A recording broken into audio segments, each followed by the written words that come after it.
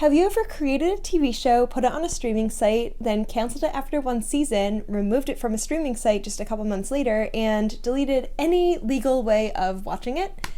If so, you might be a Disney executive. And if that's the case, then why are you watching this video? Click away now before I show any clips that can make you copyright claim this video. Okay, now that it's just us, let's talk about Willow. Hi, I'm Sam, and welcome to my YouTube channel. On this channel, I talk about shows that were canceled after one season. I talk about the characters, the storylines, and where I would want the story to go if I was a writer on season 2. Usually, this is when I would say what show I'm talking about today, but it fit a lot better in the intro. So today, we're talking about Willow! Willow is a fantasy adventure series that streamed on Disney Plus from November 22 through January 2023. It serves as a sequel to the 1980s movie, also called Willow. The series was canceled after one season, despite the second season already being written. There were already plans in the works for the second season to happen. Disney said it was because of budget cuts, but then later the show was also removed from the Disney Plus streaming service, also under the claim of budget cuts. The problem is that this was removed from the streaming service in May of 2023, just 5 months after the finale ended. So a lot of people never even got to watch the show. Or people who did really like the show didn't have a lot of time to be able to rewatch it before it was removed. The first 2 episodes were released on November 30th, 2022, and the following 6 episodes were released weekly. The show was really popular with fans, so not only was it a surprise that it was canceled, but it was even more of a surprise that it was completely taken off of Disney+. There is a really strong fandom for the Willow series. There's a petition to #SaveWillow that has over 12,000 signatures on it, so the fandom does want more content. That being said, I think it was a little bold, a little daring of me to do Willow as my 5th video for no other reason aside from for my video for fakes, I had to upload it multiple times to get past copyright. Same with the Society. Trying to do this with a Disney show, I'm really interested to see how many times I have to upload and re-edit and re-upload and re-edit. So we will see if I get this posted by the deadline that I've created for myself. I already know that getting clips from the show into this video is not going to be an easy feat, but there are some clips that I really do want to keep in. So I'm going to do the best that I can to give you all the best video that I can make. Please don't blame me, the small, not yet monetized YouTuber, using copyrighted material, yes, but in a fair use conversational analysis video. Blame Disney. We all love blaming Disney. Anyway, let's talk about the characters. As I mentioned earlier, the series Willow acts as a sequel to the movie Willow, and there are some characters that return from the movie. So for this character synopsis, I separated it between the characters from the movie and the characters just in the series, and this movie character section also is going to serve as a very brief synopsis of the movie, so you know all of that going into the series synopsis. First, also, I just want to say that the poster for the show I think is so good. It tells you all of the main characters, you get to know a little bit about them. It also tells you a lot about the show. You get all of the main elements of the series. I think this is really good, and also it gives me the same feeling as the original movie poster. I'll put a picture of that in because I forgot to put it in the PowerPoint. Whoever designed this, good job, because this is really good. Hello. Okay, so post-editing Sam here, putting in this message before we get any farther into the video. So usually when I make these videos, they take about 3 weeks to work on. First week is watching, second week is recording, and third week is editing. This took me nearly 2 months, so twice as long. And there are many reasons for that, but the 2 I'm going to talk about right now that are relevant to this message that I'm going to try to keep as brief as possible is 1, that I have not seen the show before, so all of it is very new. And as I've mentioned on this channel before, that when I'm watching a show for the first time, I try to watch it multiple times so I really know what I'm talking about, because that would be really embarrassing if I get on here and I start talking about a show and I miss major details.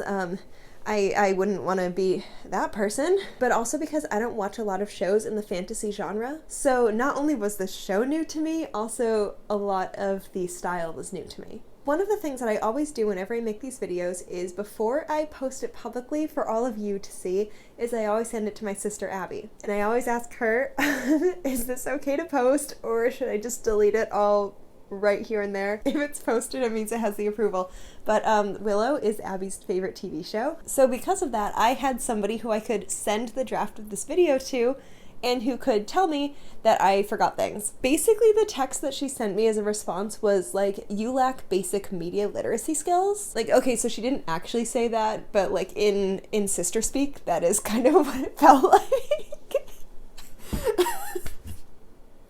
I don't know if I'm gonna keep that in. But basically, we talked about the various things that I missed over the course of my summary, and we talked about how when I'm talking about shows that are fantasy, I need to be analyzing it from a slightly different way than I do with most of the other shows that I talk about, which is something that like I think I knew in the back of my head, but I didn't really like think about in practice. And it's something that I'm going to keep in mind more in the future if I talk about any other fantasy shows. Is this going to become a fantasy channel? No. But is that a skill that I want to work on? Yes. So if after watching this video, you have any kind comments to leave about things that I either missed for this video specifically or about analyzing fantasy shows in general, please let me know so I can save that in my brain for future analysis videos. You could say things like, Sam, the change of the main character's hair color has to do with her coming into her magical identity, and it's not just a changing hair color. Something else that I forgot to mention, which I'm so mad because in preparation for this video, I was like, I'm gonna find a place to put this into the script. I'm going to find a place. Something that I really like about now finally watching this show and the movie that it originally like stemmed from is that now there are so many pop culture references that I understand. And you may be wondering, Sam, you're 27. How many Willow pop culture references do you like interact with on a frequent basis? And for that, I'm going to put in this clip right here. The truth is, Santana, you can dish it out, but you can't take it. Okay, maybe you're right. Maybe I am destined to play the title role in the Broadway musical version of Willow, but the only job you're gonna have is working on a pole. That came out in like 2011, 2012, something like that. It was Glee season 2, the Valentine's Day episode to be specific. A decade later, I finally understand one of the lines on Glee, thanks to watching the show that was recommended by my sister.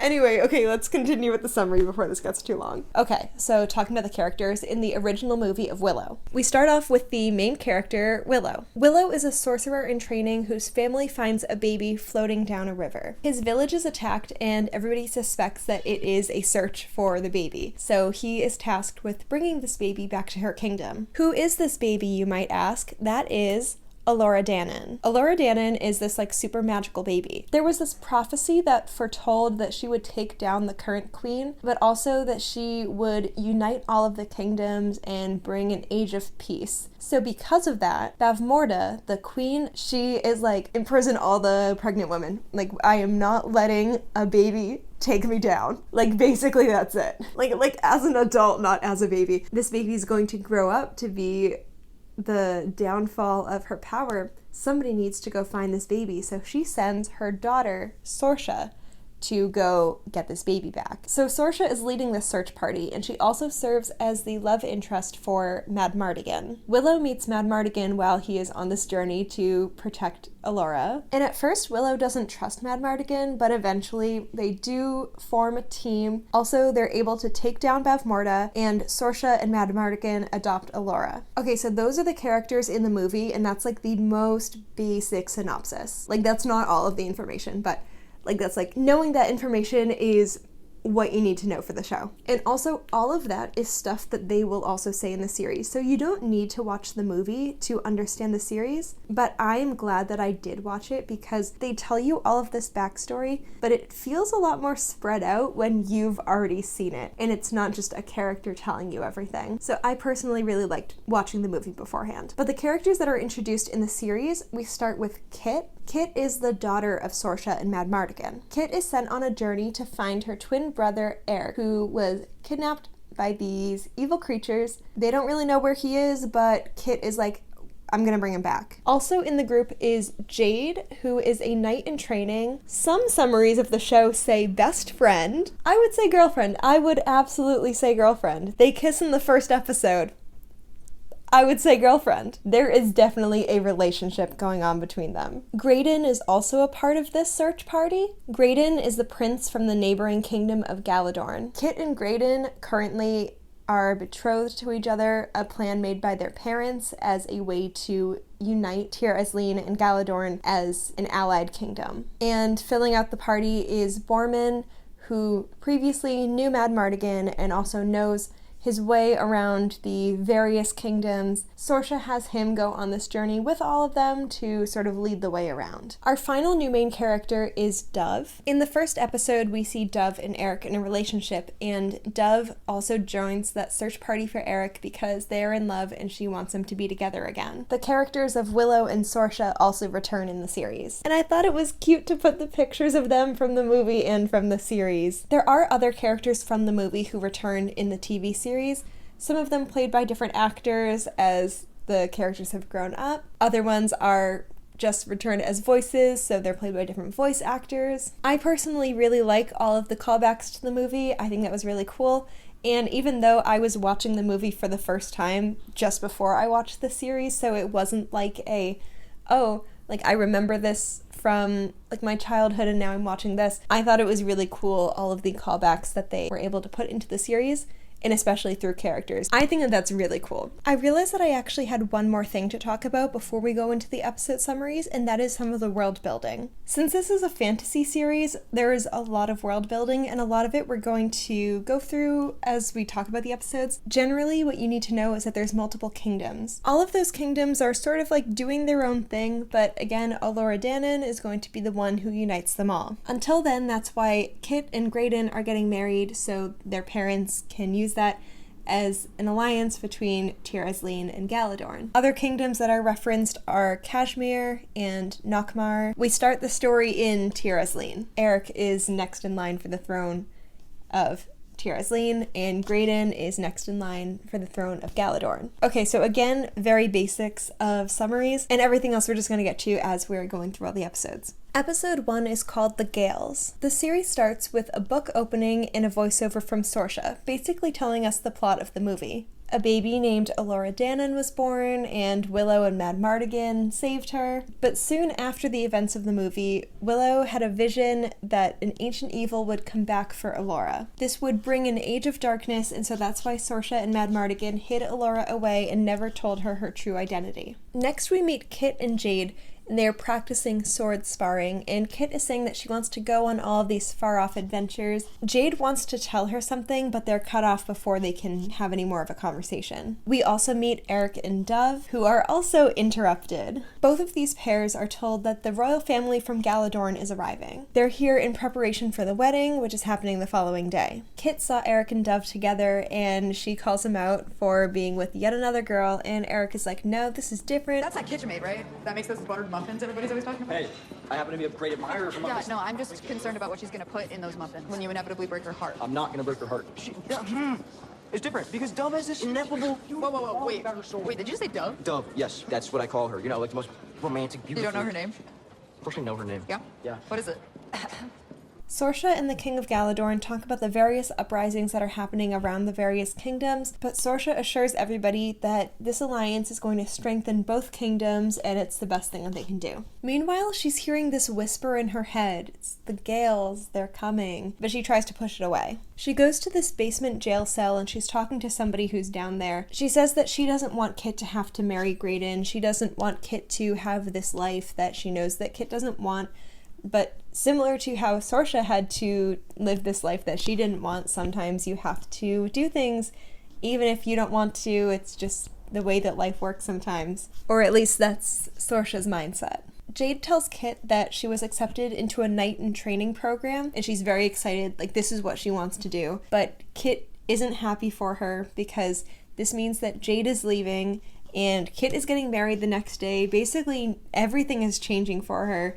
So she is not excited for Jade, and she's just very angry. Kit can't hold in that frustration, and she tells Graydon and the entire room of people, you're gonna know the story too. The princess who disguises herself in the fight for her own hand. Basically that. But Sorsha sees this happen and is like, Kit, Stop making a spectacle of yourself. But Kit is mad because she has absolutely no say in what's going on in her life. Dove this whole time works in the kitchen, and so she wasn't part of this whole party, but she does see Eric talking to all the girls there, which makes her really jealous, and she tells him about this. Seeing you with those just made me crazy, made me mad, and I was so distracted. I burned my muffins. No. Yes. Oh. I never burn anything ever. Eric says that the two of them can get married, so Dove will never be jealous. She'll know that he is really devoted to her. In the middle of the night, Kit goes to Jade and tells Jade that she's running away. Kit kisses Jade and says, "You'll be a great night. Goodbye."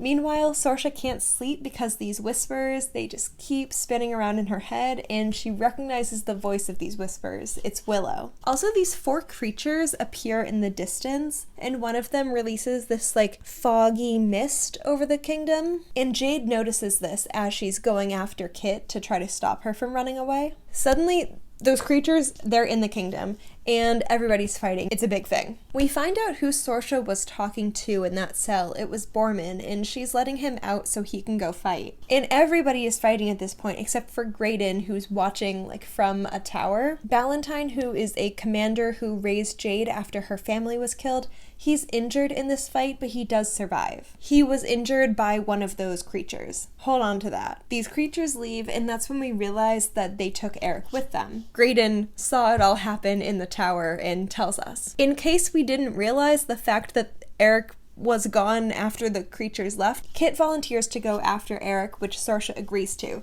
which I thought was really interesting because I didn't realize this until my second watch, because Sorsha does have that conversation with Borman about how like sometimes you have to do things that you don't want to do and that Kit has to live this life. But Kit now has this opportunity to go on these adventures that she wants to go on. I mean, she doesn't want to go find her kidnapped brother, and Sorsha also doesn't want this to be the way, but this is a way for Kit to get out of that like restriction, and this is a way for Sorsha to let her get out of that without it messing up the status quo so much. And I think that that's really interesting. I think that if this was the intention behind it, I think that would be really interesting. Because just as easily, Sorsha could say, no, like you have to stay here. But she does say, like, no, go. The King of Galadorn says that Graydon, he needs to protect his princess. And Jade also is now going because she's protecting her princess. But also, these kids need some adults on this journey. So Case, who's one of the knights, joins, and Sorsha also has Borman join the group. Borman has traveled all around the various kingdoms, and Sorsha knows that they're going to have to go beyond the barrier, which Borman has done. If he successfully does this, then she will pardon him of all of his crimes. Later that day, Sorsha tells Kit that she thought that hiding Elora Danan and banning magic from the kingdom was the right idea, but now she's thinking maybe not. She's realizing that the dark magic that came from Bavmorda is finding its way back into the kingdom, and she thinks that that is what took Eric. So the group starts traveling, and after a while they realize that Dove is following them. You have to be pretty daft to follow us, considering we're all gonna die. Wait, you think we're gonna die?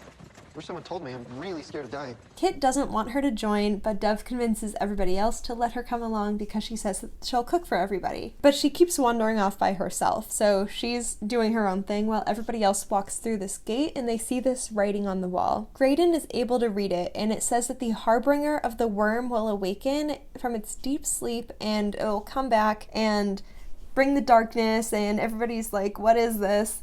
And that's when I was also like, what is this? Dove at this point has reached the barrier. And remember, the barrier was made to protect Elora Danan, to protect any sort of dark magic from coming in, but she's able to walk right through it. She meets up with the rest of the group, and Case tells them that they always need to be vigilant. They cannot let their guards down. And as he's in the middle of telling them this, he gets killed. If you're not vigilant at each moment, I swear you will not survive! He's attacked by the Bone Reavers, who is this group of people, and they wear the skulls of the people that they killed, like, as masks. So they outrun the Bone Reavers by jumping off of a cliff. Borman says, follow me, I've got a plan. They're on horses at this point, and they jump off this huge cliff. Everyone else is like, Borman, how did you know the horses would do that? And I also was like, that has got to be awful for the joints of those horses. I know this is a fantasy series. Those are fantasy horses. And maybe they can land jumps better than earth horses. Earth horses. What do you actually think it is? Give another guess. Maybe they can land jumps better than real horses. Boorman really does have plans, and that is some foreshadowing right there. Okay, so they're continuing their journey. Kit and Graydon talk, and Graydon says that he also didn't want to marry Kit. He thinks that if you're going to spend the rest of your life with someone, it should be with someone that you truly love and not somebody that you're just like forced to marry. And also that soon they're going to be the ones who are running their kingdoms, and they don't have to just do what their parents did. They can decide to change things. And I think that really changes the way that Kit views Graydon. So far, she didn't really have, like, anything nice to say about him. So far, I think that, like, the nicest thing she had to say about Graydon was something neutral. There wasn't really anything, like, nice to say, but I think that now they're starting to be, like, at least a little bit of a friendship there. Or at least a mutual understanding of the situations that both of them are in. It's a change of perception for sure. They arrive at Willow's village, and Willow tells us basically everything that we need to know. Eric was taken by the Gales. He's now a prisoner of the Crone.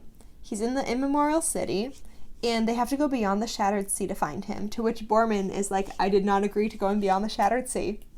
That is too far. Willow recognizes Dove, though. He's like, hold on. And he reveals on Dove's arm the mark that Allura was known for, was hiding this whole time. With a little bit of magic, he reveals it, and Willow tells Dove that she is Allura Dannon, this baby that everybody has heard the story of, and that is told that she's going to bring peace to the world.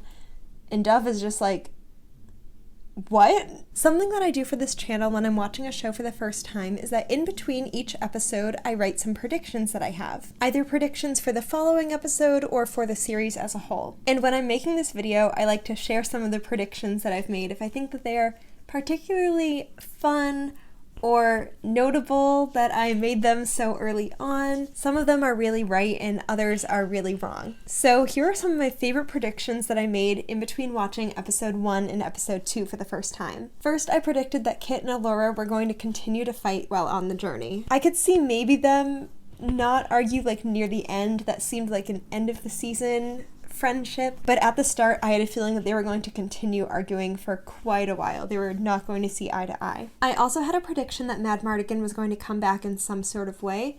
I knew that the actor himself wasn't going to come back, and I saw that on the character list there was nobody listed as Madmartigan. I wasn't sure if he was going to be brought back in flashbacks or if they were going to have another character play him, something like that. Maybe I just like missed it. I was just curious to see if they would bring him back in some way. There was a character in the movie who is also called Eric, and I couldn't remember the exact relationship between Eric and Madmartigan, but I thought it would be really interesting if Eric in the series is specifically named after that character from the movie. It would be a whole conversation like, oh, you were named after this person, like after like this person's qualities. I thought that that would be a cool direct tie-in from the movie. I thought that Kit was going to also try to do magic and can't, and becomes a little jealous of Allura because of that. Yeah, like maybe Kit tries to do the spells and nothing happens, and becomes a little jealous of like, why can Allura do all this and she can't? I also had a prediction that the Prince of the Other Kingdom, as in Graydon, this was so early on that I was still catching on to everybody's names, that he was in love with somebody else. Now, I thought that maybe it was somebody like from the Kingdom of Galadorn, but I left it vague enough that it could be anybody. There could just be a general other love interest. But the reason that I thought that maybe it was somebody else from Galadorn was because he mentioned that he would want to marry somebody that he was in love with. So I was thinking maybe there was somebody that he did have back home and that he felt like he couldn't be with because of this forced marriage. So those are just a few of my predictions, and in between each episode I'll go over a couple more. And also you'll get to see during my summaries which of these I got right and which of them I got wrong, and then at the very end I'll go over my accuracy level. Episode 2 is called The High Aldwin. This episode starts with a flashback, with Willow telling Sorsha that the magic in Allura needs to be trained or else she'll lose it. and that hiding her away isn't going to work. The darkness is still going to find her. Sorsha says that all of the great sorcerers aren't around anymore, so nobody's going to be able to train Allura, and Willow is like, I'll train her. I'm the High Aldwin now. And Sorsha is like, Willow, you're great, but you're not a great sorcerer. You are the bravest man I've ever known. And you have the truest heart I ever will. But you're not a great sorcerer. And you never will be. Okay, Sorsha. Back in the present, Willow brings everybody back to his village, and everybody is so excited to see Allura. And like, I know that Willow didn't find out that the baby he was bringing back was Allura Dannon until partway through his journey, but I'm just thinking about how everybody in his village was like, Willow, get rid of this baby, and now everybody's like, oh my goodness, she's back. I would be a little mad, I think. One of the characters that we see is Mims, who's Willow's daughter. If you saw the movie, Mims was a young kid at the time. Now she's an adult. I mentioned earlier that some of the movie characters were brought back into the series, and like, that's a character that makes sense to see again. Meanwhile, Kit is really annoyed that they're spending all of this time doing this when they should be going after Eric. She doesn't really care that this girl that was just tagging along is now suddenly the chosen one. She's on a mission to find her brother, and now there's this whole distraction. Especially after Willow says that it might take weeks to train Allura on how to do magic. Kit's like, we don't have weeks. But Willow is like, it might take less than weeks, don't worry about it, because Allura is the chosen one, so she has the magic in her, so it'll be fine. They'll figure it out. Back in the kingdom, Sorsha finds out that Dove ran after the rest of the group. And remember, Sorsha knows that Dove is Allura. At this point, it's been enough time that Sorsha assumes that Allura could be past the barrier, so she sends people after her, one of these people being Commander Valentine. Willow discusses with the group how long this journey is going to be, every place that they're going to have to go, and Allura is like, I don't want to add magic training onto that, I just want to find Eric. Same with Kit. Mims asks Willow what he's hiding from her, because there's definitely something. He says that if anything happens to Allura, it's going to be the end of the world, and Mims asks if that has something to do with the vision that he had. The two decide that Willow needs to be Allura's protector. Again, Allura has run off from everybody else, so they're all trying to find her, and Willow finds her. Allura's like, I don't want to be Allura Dannon. I don't want to be this like special magical person, but Willow tells her not to lose her confidence. The two decide that Willow will join her on this journey, but Willow says that Allura has to listen to what he says and do what he says even if she disagrees with him, and Allura says yes. If I take you to the Immemorial City, you have to listen. I will. I'll do whatever you say. You're gonna have to study. It'll be hard work. Oh, I'm a hard worker. Everybody says that about me. And trust in my decisions, even if you don't agree with them. I will. I already do. Earlier, I said that Sorsha sent Valentine and some other people to go find Allura, and he was acting a little weird then, and he's definitely acting kind of weird now. Nobody really knows what's going on, though. Willow realizes that Allura has literally no knowledge of magic, so they are starting at nothing, and he tells her that Sorsha thought it was safer for her to not have any knowledge of her true identity. Still, Willow thinks that they can harness the magic inside of Allura, and she's really excited to learn. We have another flashback of Willow finding Allura when she's a toddler and trying to talk to her, but Allura runs away. Sorsha tells Willow to not talk to Allura because at that point, Sorsha has decided that Allura doesn't know who she is, and Willow says that he's never going to talk to Sorsha again. He's never going to go back to the kingdom. Consider all ties separated. She's as much mine as she is yours. You think I'm ever coming back here after the disrespect? From now on, I protect my people. I don't care what happens to you or her. Valentine and his group get to Willow's village, and they're like, where is he? And they all lie and try to lead the group elsewhere, but they see through that and they continue in the direction of Allura. At this point, everybody's getting really frustrated with Allura. Oh, well, yes. I meant to say that everybody's getting frustrated with each other, but Allura is a major part of it. Willow is getting frustrated with Allura for not getting things right. He has these high expectations for her, but she's just not meeting them. and Alora's getting frustrated with Willow for having such high expectations. Kit is just frustrated overall because she doesn't want this to be part of the quest to find Eric again. She just wants to go find her brother. She doesn't want to spend all of this time watching Alora try to figure out a spell that she can't seem to pronounce correctly. Alora tells Graydon that at first she was really excited to hear that she was Alora Dannon. It made her feel special, like for the first time she was something special. But now she realizes that there's all this pressure on her and she doesn't want this. She doesn't think that she can live up to it. And Graydon is like, you're the only person who isn't seeing the specialness in you. Everybody else sees it. This gives Alora a little more confidence and she keeps working on the spell. I forgot to mention that one of Willow's friends has also joined the group. His name is Silas, and he tells Willow also to be patient with Alora because, as he's saying to Willow, didn't he have that vision of Alora saving the world? And Willow was like, no, that's not what my vision actually was. It was of a world completely destroyed and of him finding Alora in the middle of it, and nothing that he was able to do was able to save her. So that's why he's trying to protect Alora, and he's trying to make her the strongest sorcerer she can be. But in the back of his mind, he knows that he's not going to be able to protect her at the end of the day. Throughout the night, Alora keeps trying to get this spell to work. The spell, by the way, was Willow gave her this seed or this berry, and so she's trying to make the plant grow. And Willow is like, it'll grow into this tiny little sprout, an inch or two. Alora keeps trying to make it work, and it doesn't. She's getting really frustrated. When everybody else is asleep, she is kidnapped in the middle of the night by Valentine. Unbeknownst to her, that seed didn't just grow into a small little sprout, it became a huge plant.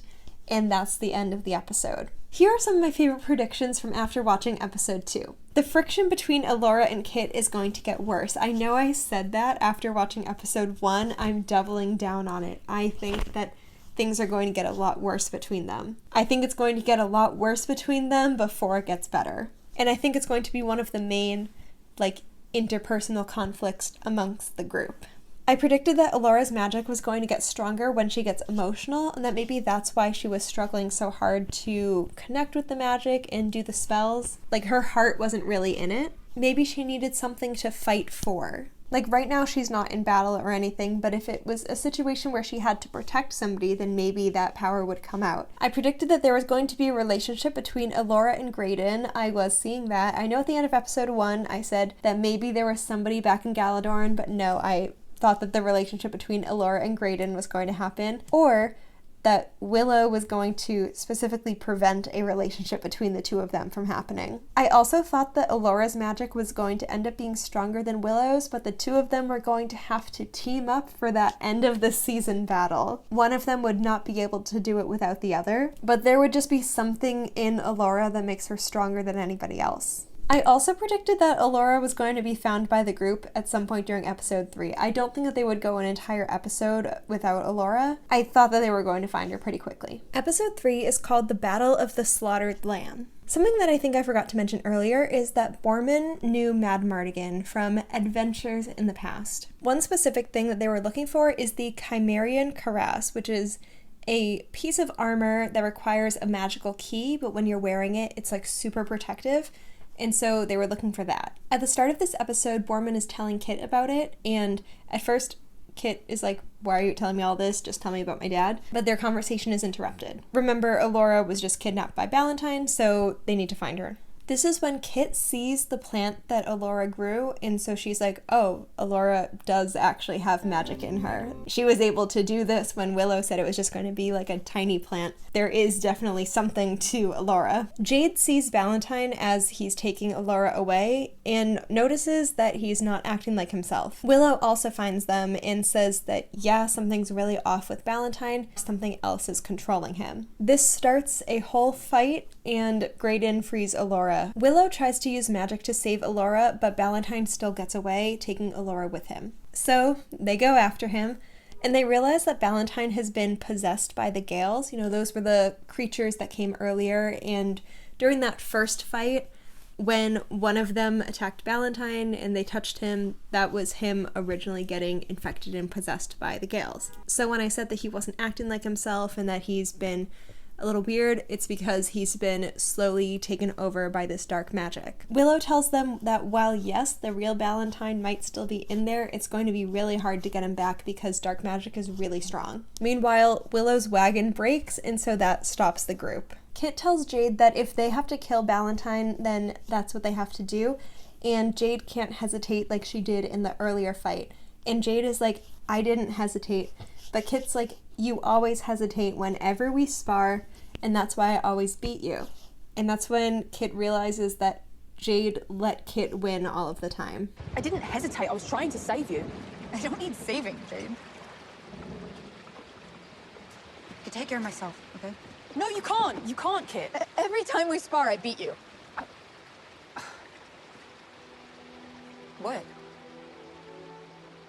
You're saying you let me win?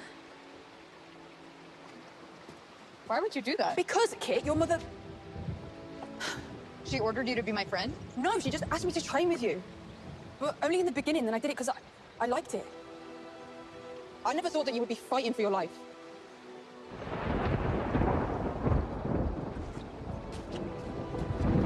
Kit, wait. No, it's okay. I'm just glad you told me. While Alora's running through the woods, she meets two women who are living there, one being played by Hannah Waddingham, which I was so excited to see. I was like, I know that she's not going to be a main character or even a recurring character, but I hope that nothing bad happens to this character because I was just so excited to see her. Please, Yes. just shut up. Got it. There are men coming for me. Oh, we do not doubt that. I think that I need to stop thinking that I don't want bad things to happen to characters in shows like this, because once I put that out there, this character doesn't even last more than 5 minutes. Alora tells them that she is Elora Danan and that people are coming after her and she needs help escaping them. And the two of them are like, oh, yep, you're Elora Danan and it is our task to protect you and save you, but Valentine finds them pretty quickly and kills both of them. Willow's group separates into two different parties. Willow, Jade, and Graydon are in one group, and Kit and Borman are in the other one. Kit and Borman go off to try to find that cuirass that he was telling Kit about earlier. So they're trying to find this, and Borman is like down this well, and he's like, Kit, if you see any were-rats, tell me and we'll get out of here. And Kit is like, I hope I don't see any were-rats. Yeah, I'm not going down there. Of course not. I need you to stay here and pull me up. Okay, look out for the were-rats. What? See ya. What are were-rats? Exactly what they sound like? And I was like, I hope we don't see any were-rats because this version doesn't have any captions on it. And I need captions when I watch TV shows. Not even just for this moment, but just generally. And when I heard were-rats, I'm like, please don't tell me that there's about to be werewolf-rat hybrids. There were I was like, please don't tell me that there are What's the line from Reboot? That's the realtor who railroaded me on the brewery deal. That's the realtor who railroaded... Wait, that's the realtor who railroaded me on the... Get your hand out of your ass. Say it right. Wait, that's the ruminator who railroaded me on...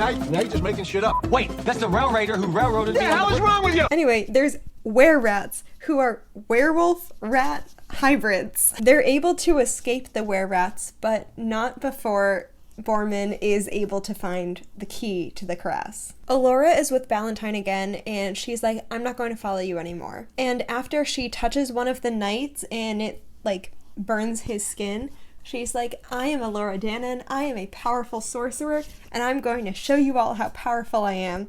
And she tries to do a spell, and nothing happens. I am Elora Danan, and I will do a spell that will summon the forces of good to my aid. Kick all your asses. Tuatha, Athrakmora, Huatha. Tuatha, Athrakmora, Huatha. At this point, Willow, Silas, Jade, and Graydon, they meet up with Alora again, and another fight ensues. Valentine tells Jade that he has seen the future and that the Eternal One is going to free the world of all of its problems, but Jade can tell that it isn't Valentine talking. Like, there is something controlling him and that it's not him who's saying and thinking all of this. Everyone's fighting. The wagon is destroyed, so that's no longer an escape option. Willow originally says that he can't do magic in this situation until he sees Silas get killed, or at least almost killed right now. And so that's when he does a spell, and that pushes everybody away. Willow sits with Silas during his last moments. It's very sad. Valentine tells Jade that she has to get Allura to the Immemorial City. Remember, Valentine is infected by the Gales, and that was sent by the Crone, and she's in the Immemorial City, so like he knows in the back of his head that like this is where Allura needs to go. This is all stuff that was like mentioned by Willow. Valentine then tells Jade that she has to kill him because that's the only way that he can be free from this possession. Jade doesn't want to do this because again, Valentine is the person who raised her, so she's like, I can't kill you. But Valentine is like, no, you have to do this. That's also very sad. It's a very dramatic ending of the episode. But one more thing happens at the end. They're all walking away. Again, the wagon's broken, so they're like walking away. And they realize that Graydon, he is infected by that same dark magic that took over Valentine. And they just saw what happens to that if they don't do something. Some of my predictions after watching episode 3. Graydon is going to turn out to be the villain, or at least the antagonist. I wasn't sure if it was going to be because of the Gales, because he would now be possessed by this darkness, or if he himself was just going to genuinely turn into an antagonist. I feel like there's this trope of the prince that the audience doesn't expect to be the villain because he's like charming, and then they end up being the antagonist, and it's always a taking us by surprise. I feel like I've seen that more often recently. So I was wondering if maybe it was that, but also Graydon is getting possessed, so it also genuinely could not be about him at all. I also thought that maybe Jade could break off from Kit because she just isn't used to this kind of chaos. This is just going to be too much and she just needs to handle it on her own. I also thought that maybe Jade might blame Kit for getting into all of this. Just thinking about how Kit's mother is the queen and Sorsha is the one who told Jade to go and basically make sure that Kit doesn't get into any trouble. And they're going after Kit's brother. I could see how in the midst of all of Jade's grief, looking for someone or something to blame, she could try to put this blame onto Kit. None of that is necessarily Kit's fault, but I could just see from Jade's perspective how that could happen. I thought that the place that they're about to go would seem really good at first, and then it would surprise them with issues. I didn't think it was going to be right away really bad. I thought it was going to be oh, this place seems great. Oh no, there's something bad here. I thought it was going to be one of those things. And I also thought that Willow and Jade were going to bond over recently mourning somebody. Those are big losses for both of those characters. Well, yes, we see a lot of one-on-one conversations with Willow and Allura and with Jade and Kit. I think it would be really interesting to see Willow and Jade talk about how they just lost somebody really close to them and how it feels for them when nobody else really seems to understand the gravity of that loss. I thought that would be really interesting to see, especially because that's a conversation that they can't have with Allura or Kit. In preparation for this video, I watched the series twice, and now I think is a good time to tell you one of the projects that I worked on during the second watch. I tracked all of the times that magic was used over the course of the series. I tracked who used it, whether or not a wand was used, and whether or not a spell was used. The reason I'm telling you this now is because after the third episode, that's when we really start to see multiple people using magic. And we're starting to see it in multiple ways as well. So now that you know that I have that in mind, over the course of the next few episodes, you can have that in your mind too. And after the last episode, we will look and see what the graphs show. Hi, so I just cut a 2-minute tangent about why I had to re-record the entire episode 4 summary. I don't know why I talked for so long, so that's why I sound super annoyed. I also apologize that it's going to sound like there's a bunch of muffling in the background, and I didn't realize until I was watching this back and wondering what could have been happening. I need you all to know that I did so much troubleshooting. Anyway, continuing. Episode 4 is called The Whispers of Nockmaar. If you remember from way back, well, for you, it literally like just happened right before everything I just said, but for me, this was like weeks ago when I said that Nockmaar was one of the other kingdoms, and the castle that Bavmorda, her castle was in Nockmaar. Okay, let me get my head back into this. Graydon was just possessed, and so they're trying to find shelter for him, and they find Bavmorda's castle, so they go in. They're like a little like, ooh, we don't know if we want to go in, but they're like, yes, let's go into the castle. What happened to Valentine and Merrick is gonna happen to me. And you guys are gonna have to stop me. I mean, we all know it has to be done. What was the last thing that Valentine asked you to do? Kill him. If the Prince of Galadorn Kit would be at war. Hester knew. Right? We all knew that he never should have come. And if I have to decide between saving Eric and waiting for Graydon to turn into some kind of monster... Hey, you should put that in your wedding vows. Willow knows that there's a salve that they can make, there's a spell for it, and he thinks that that can save Graydon. They just need to find all of the ingredients, and it needs to be exactly those ingredients. But also at this point, Willow isn't back at his like full magical capabilities yet, so he needs the help of Elora. But Elora doesn't know that her magic grew that plant. Remember, Kit knows that Elora was able to grow that plant, but she doesn't tell Elora this. Willow also tells everybody to stay out of the high tower of the castle. No matter what, stay out of the high tower. The high tower is where the ritual to send Elora's soul into a realm of perpetual suffering, like that's where that was supposed to take place. So everybody needs to stay out of there, but specifically Elora. Like, Elora cannot go into there. Willow cuts away Graydon's shirt, and he has scars all over his chest, and he says that it's from when he was sick as a child. Meanwhile, Borman is very excited to go around this castle and see what kind of treasures he can find. Eventually, he runs into Kit, who is looking for things for the south. Willow and Elora try the spell to try to get that possession out of Graydon. He starts having hallucinations of his father telling him how much of a failure he is. Kit starts wandering through the castle, and she starts hearing these voices. She also sees this tapestry that portrays a scene that Willow told her about. It's the crone finding Bavmorda and turning her to the dark side. Bavmorda turning away from everything that she knew and sided with before, giving all of her allegiance to the crone and to the worm. Jade is very upset that she thinks that she might have to be the one to kill Graydon because she is still mourning Valentine. Borman comforts her, and remember how earlier I said that one of my predictions, or definitely at least one of the things that I wanted, was a scene between Jade and Willow because both of them recently lost somebody? We sort of have this scene between Jade and Borman, but also just because like Borman is there, like that's why he's the one who comforts Jade.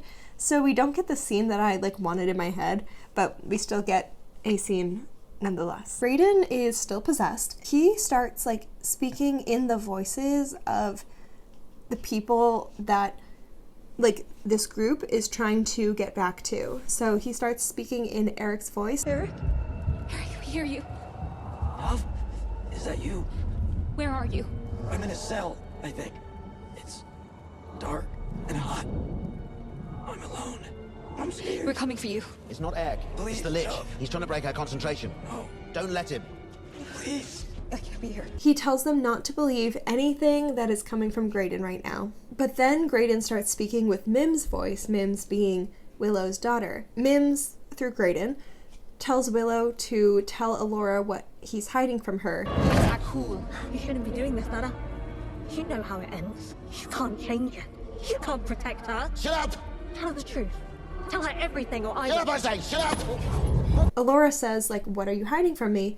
And Willow says that if she's going to start asking questions instead of like doing what they need to do, then to just leave. Elora and Kit both leave, and Elora tells Kit that she feels like she doesn't have the magic in her like other people say that she does, and that she can't actually save anybody, that people have all these expectations for her and that she's not living up to it. But Kit tells her that she did see the plant that Elora was able to grow, so she does have that magic. Elora starts to hear a voice and she follows it, losing Kit in the process. Jade and Elora both see the ghost of their mothers while they're wandering the castle, and eventually Kit and Jade find each other. Borman finds the two of them and accuses Kit of stealing the Lux Arcana from him. Remember that that's the key for the Chimerian Cuirass, and that turns the armor into that like magical armor that will protect them from anything. So he accuses Kit of stealing that because he can't find it. Kit has absolutely no idea what he's talking about though. Elora finds Graydon, who is fine now, but says that they need to help Willow. He was able to draw the poison out of me, but somehow it got into him, and now he's the Lich and I'm, well, you get my point. Sorry, do you mind helping with this? Thank you. You're okay. Yeah. But Willow's not, so come on, we have to find him. Graydon says that Willow has been taken by the Gales, and he can't find him. But Elora, think, like, where do you think the Gales would have taken Willow? And Elora's like, oh, the High Tower, like, that's where they would probably take him. Graydon is like, great idea, let's go to the High Tower. Remember when Willow told Elora not to go to the High Tower? No matter what, stay out of the high tower. And remember a couple episodes ago when Willow told Elora that even if it's not what she wants to do, to follow what Willow said. Trust in my decisions, even if you don't agree with them. So basically, she goes against all of that. Kit, Allura, and Borman, they realize that Allura must be in the high tower, so they go to find her. At this point, Allura realizes that Graydon is not himself, and she was just tricked into going to the high tower. At this point, Graydon is acting as a physical embodiment of the crone. Allura tells him that Willow's magic is strong enough that they can defeat the crone. But then Allura finds out that Willow didn't actually defeat Bavmorda back in the movie through magic. It was sort of just like a string of coincidences. And so then that's when Allura is like, wait a second, like, is Willow not as strong as everybody says he is? Okay, I accidentally like misread the orders of my notes, but at this point, Allura is convinced that she doesn't have the capabilities to help Graydon, but then that's when Kit tells her that, like, no, I saw the plant that you grew, you have the capabilities to help Graydon. And so despite Willow's objections, she's able to take that possession out of Graydon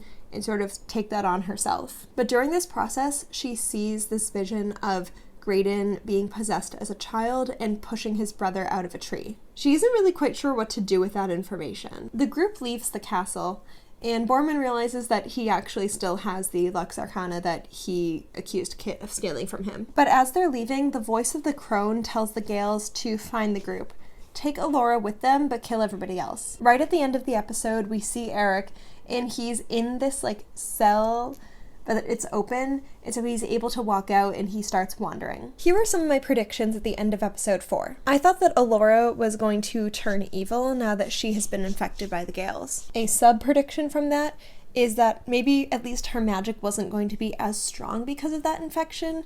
She was either going to have to, like, work harder to overcome that, or it just wasn't going to make her as strong as it originally was. She wasn't going to have her, like, full capability, but somehow it was still all going to work out in the end. The fact that she's a good person and that her magic was good, like, I thought that it was all going to work out in the end. Maybe she would be able to, like, push it aside. Like, I wasn't sure exactly how, but I thought that her being a good person was going to get her to be able to overcome that. I also thought that the series would end without a confirmed ship between Allura and Eric or Allura and Graydon. I just didn't think that the series would end with a specific pairing, especially since the show was going to go on longer.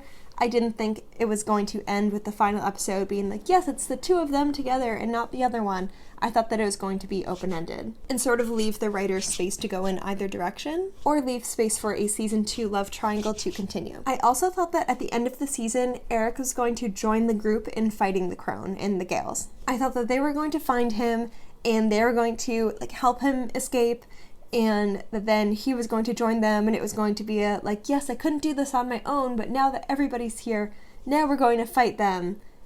I thought that that's what it was going to be like. I technically did make this, like, 1.5 space, but my notes for episode 5 is, like, 3 pages long. Episode 5 is called Wildwood. The episode starts with the group trying to outrun the Gales. The only option is for them to run into the Wildwood, which has the power to, like, make you want to stay there. I think in this moment, I don't remember if I did this before, but I start putting, like, sub-notes a lot more often starting in this episode, talking about some of my notes from the original time that I watched it for the first time. And I said that my note here was that the Gale on the left, I loved the physicality. I think that was Dag. I think that's what it was based on my, like, looking into characters. Loved the physicality. Loved it. They go into the Wildwood and Borman reminds them to stay vigilant, which let me just remind you all that the last time a character told them to stay vigilant, they were killed immediately. If you're not vigilant at each moment, I swear you will not survive. Braden says one of my favorite lines in the entire thing. Personally, I'm still worried about the perils. Which I think I'm going to incorporate into my daily use. They are immediately drawn into the Wildwood, which is why Borman said to stay vigilant. And visually, for the audience, like, this looks so different from the things that we've seen before. The colors are super vibrant and bright, which is a contrast to various places that we've been in the past. And especially since we just came from Bavmorda's castle, which is a lot of dark colors, it's a very sharp contrast. I'm going to talk about this more at the very end, but I do point this out various times over these last few episodes that all of my favorite visual moments happen in the last part of the series. In the last, actually, this is episode 5, so in the last 4 episodes. Jade says that her family was killed by bone reavers who fled into the wildwood. Willow gives Elora the wand that Mims told him to give to her when she was ready. And he says that it's time for her to work on her concentration and divination. So Elora asks Willow if he was ever able to see visions of the future. And remember that the vision that Willow saw was of Elora being dead and him not able to save her, so he doesn't answer the question. Graydon watches Elora and Willow from afar, so Borman asks Graydon if he has a crush on Elora, and Graydon asks Borman what he should do to get Elora's attention. Before he can say anything, Borman realizes that bone reavers are nearby. The most important thing to understand about the fairer sex, and this is going to sound counterintuitive, but trust me, it's true, right? They love it. They love it when you... Anyway, Borman, what do they love? No, Borman, finish that sentence. What do they love? I don't think I mentioned this earlier, but for context, bone reavers are this group who live in the wildwood. When they kill somebody, they use their skulls as masks, so that's a very visual aspect of them. So when we first see the bone reavers, they're all wearing skull masks. They have skulls lining the trees. That's why, like the group that we're following, they are terrified. They're wondering what safety plan Borman could possibly have, because he tells them that he has a plan and to just trust him the whole time. And they're like, what plan could you possibly have for us to get out of this? Multiple bone reavers recognize Borman too, and they're all like, you're supposed to be dead. Kit tells Scorpia, who's the leader of the bone reavers, who she is and that they're on a mission to bring back Eric. She asks Scorpia to let them go in exchange for her mother, giving the bone reavers like whatever they want. Jade says that it doesn't matter what she says and insults the bone reavers in the process. So Scorpia locks up Willow and Graydon together, Kit and Elora together, and keeps Jade separate. She also keeps Borman separate. I mentioned this in one of my other videos. I love when TV shows have characters who aren't usually in pairings with each other be together. And I know that at this point they're like trying to make Kit and Elora be in the same scenes together, but I feel like we usually don't get Willow and Graydon together, and so that's what I was really excited for. I love when characters who don't interact with each other very much but are also very like established characters with lots of things about them are suddenly together, because then we get to see an interaction that we haven't seen before. Oh, it's so fun. I was looking forward to this. Graydon asks Willow if he thinks that Elora's avoiding him, and Willow is like, I mean, yeah, you just tried to banish Elora's soul into another realm. And Graydon is like, okay, but it wasn't me though, like I was possessed. And Willow's like, yeah, but like she still like views it as you, so she might be a little standoffish. Willow also says that Elora needs to be focused on saving the world and not on relationships. Kit is worried about Jade, and Elora says that everything is going to be okay because love is the most powerful thing in the universe. I'm sure she'll be okay. How could you possibly be sure of that? I don't know, it's just a thing people say. They wear people's skulls as masks. I believe that love is the most powerful force in the universe. Wait, what? I said love is the most powerful force in the universe. That's how I know we're gonna save Eric. Are you kidding? No? My best friend is being tortured right now and you're talking to me about love? I'm just saying, I know what you're going through. Oh, right, because you rolled around in the grass with my brother a few times? Jade is my... We're friends. Come on, you see the way that she looks at you? Elora says that Jade definitely sees Kit as more than a best friend, and that she feels sorry for Jade if she cares so much about Kit and that Kit only sees her as a friend. Meanwhile, Borman and Scorpia, they are now together. He tells her about how he was able to escape all of the near-death situations that he has had since they've last seen each other. Willow sees Rule. If you've seen the movie, and you might remember the brownies, Rule is one of the brownies from the movie. Rule, am I glad to see you? It's been years. Rule tells Willow that while he can't go on adventures like they did in the movie, he can help Willow from that spot. Remember earlier when I said that I really liked how they incorporated a bunch of characters from the movie? So here's my thing about this. I wish that there was just like a little bit more than this like tiny cameo. I would have liked to see a little bit more, because this just felt like a oh, fans of the movie, remember things from the movie? Because we know the movie too, and that's why we're writing things from the movie. So you can say that we incorporated things from the movie into this.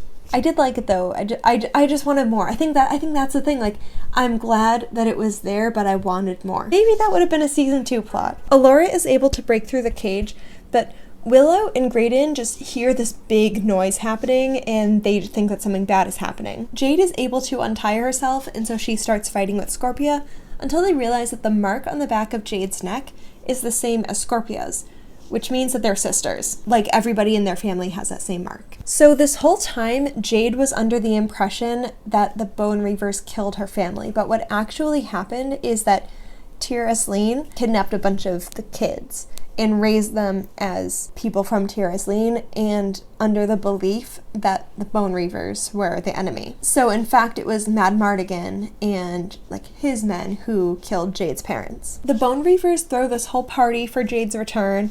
There's a whole dance number, there's a drinking game, Kit wins. It's truly a party. Side note here, they measure everything in moons. I assume that it's a month. They say it was around 200 moons since Jade was kidnapped. After 200 moons, my sister has come home. That would make it around 12.5 years, which would make sense if Jade remembered some things about her parents. That would mean that she was taken as a child, and she would be somewhere around 20-ish now. Sorsha also described the amount of time that Allura was kept in secret as moons, and here's the thing, it just was like, sometimes fantasy series, I'm like, you just love using words, don't you? You just love using words. Like, I know it's supposed to sound more fantasy-like, but I'm like, please, just tell me how many years it's been. Just say years. I want to start measuring things in moons now. But anyway, so this whole time there's been this history between Scorpia and Borman, and she tells him to like stay there with her, but he's like, I can't. I forgot to tell you guys some information that happened. Okay, so Borman offers Kit some fruit, and Kit is like, what is this? And Borman is like, just eat it. What is it? I don't know, delicious looking fruit, live it up. So at this point now, Kit and Jade are talking, and Jade is like, you ate truth plums, and after eating them, it makes the person speak completely honestly. The truth plums? The fruit that was handed out when Scorpio did a speech. Once you eat them, it's impossible to be anything but totally honest. Oh, right. I didn't know that. Now I do. Jade asks Kit if she knew about the truth behind Jade being a Bone Reaver, and Kit says that while she didn't know for certain, she did have suspicions, but she didn't want to bring it up to Jade because how absolutely absurd would that sound? Like, everything that Jade grew up believing would have been a lie. And Jade was like so certain in her beliefs against the Bone Reavers that it also would have just like broken down all of her beliefs, and that would have been a really difficult thing for her to come to terms with. I wrote down this line because I really liked it. So Kit says, at best you would have thought I was crazy, at worst it would have broken your heart. And Jade says, well, you're certainly the expert on breaking my heart. Jade, wait. I had to rewind that because I was like, oh. But before I go any further, I would have liked that scene a little differently. I would have kept that line in there because that. But I would have made the scene a little different. And scriptwriter Sam, I'm gonna tell you how I would have written that scene.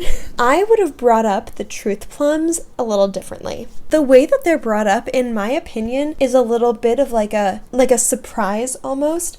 And enough scenes happen in between Kit eating the fruit and her finding out what they are. I would have liked that introduction to be a little closer and almost immediate. Borman offers Kit the fruit, says, just eat it, and then immediately after, either Allura or Graydon says, oh, are those truth plums? The two of them, because Graydon has like read all of this stuff about magic, or Allura because she knows all this stuff about food. Kit would then immediately be like, oh no, and then try to ignore Jade this whole time. Meanwhile, Jade is like trying to talk to Kit. So there would be this like conflict of Kit trying to avoid Jade and Jade trying to find her, but then also wondering why Kit is avoiding her. Kit would have this like fear of I don't know what I'm going to tell when I'm under the influence of a truth plum. There's so many things that I could tell to Jade. What is going to come out of my mouth? So that's why she's avoiding Jade. Jade, on the other hand, doesn't know that that's what's going on in Kit's head. Then we would have the same conversation that's currently in the episode.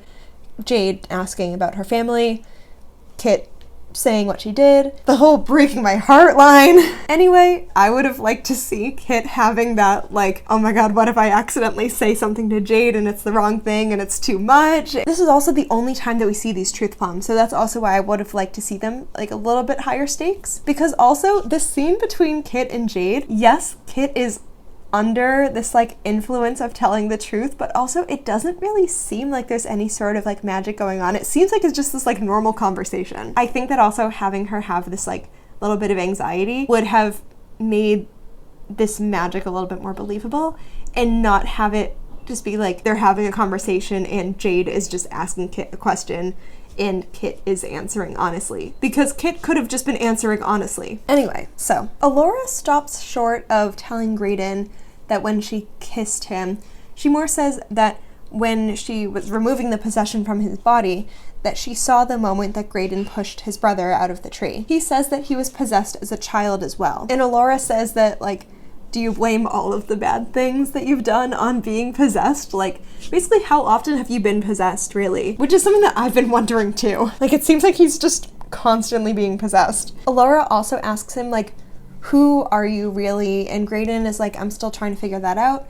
So Alora is like, once you do, let me know. Kit and Alora have a heart-to-heart, with Alora telling Kit that she needs to apologize to Jade, and Kit's like, I don't know what I'm supposed to say in this kind of situation. Alora tells Kit that she needs to tell Jade everything, including how she feels about her. Oh, I similarly told all of you something a little too early. So this is when Willow tells Graydon that he defeated Bavmorda through coincidence and not necessarily through magic, and Alora overhears this, and so that's when she's like, oh, wait a second, so like, how powerful are you if you didn't defeat her by magic? And then also, like, how are we going to defeat everything if you didn't defeat her by magic? She's upset that he lied to her and leaves. Kit tells Jade that even if Jade wants to stay with the Bone Reavers, if she wants to stay with her family, Kit wants to stay with Jade, whatever she chooses. Just as Jade is about to kiss Kit, Kit is kidnapped by these trolls.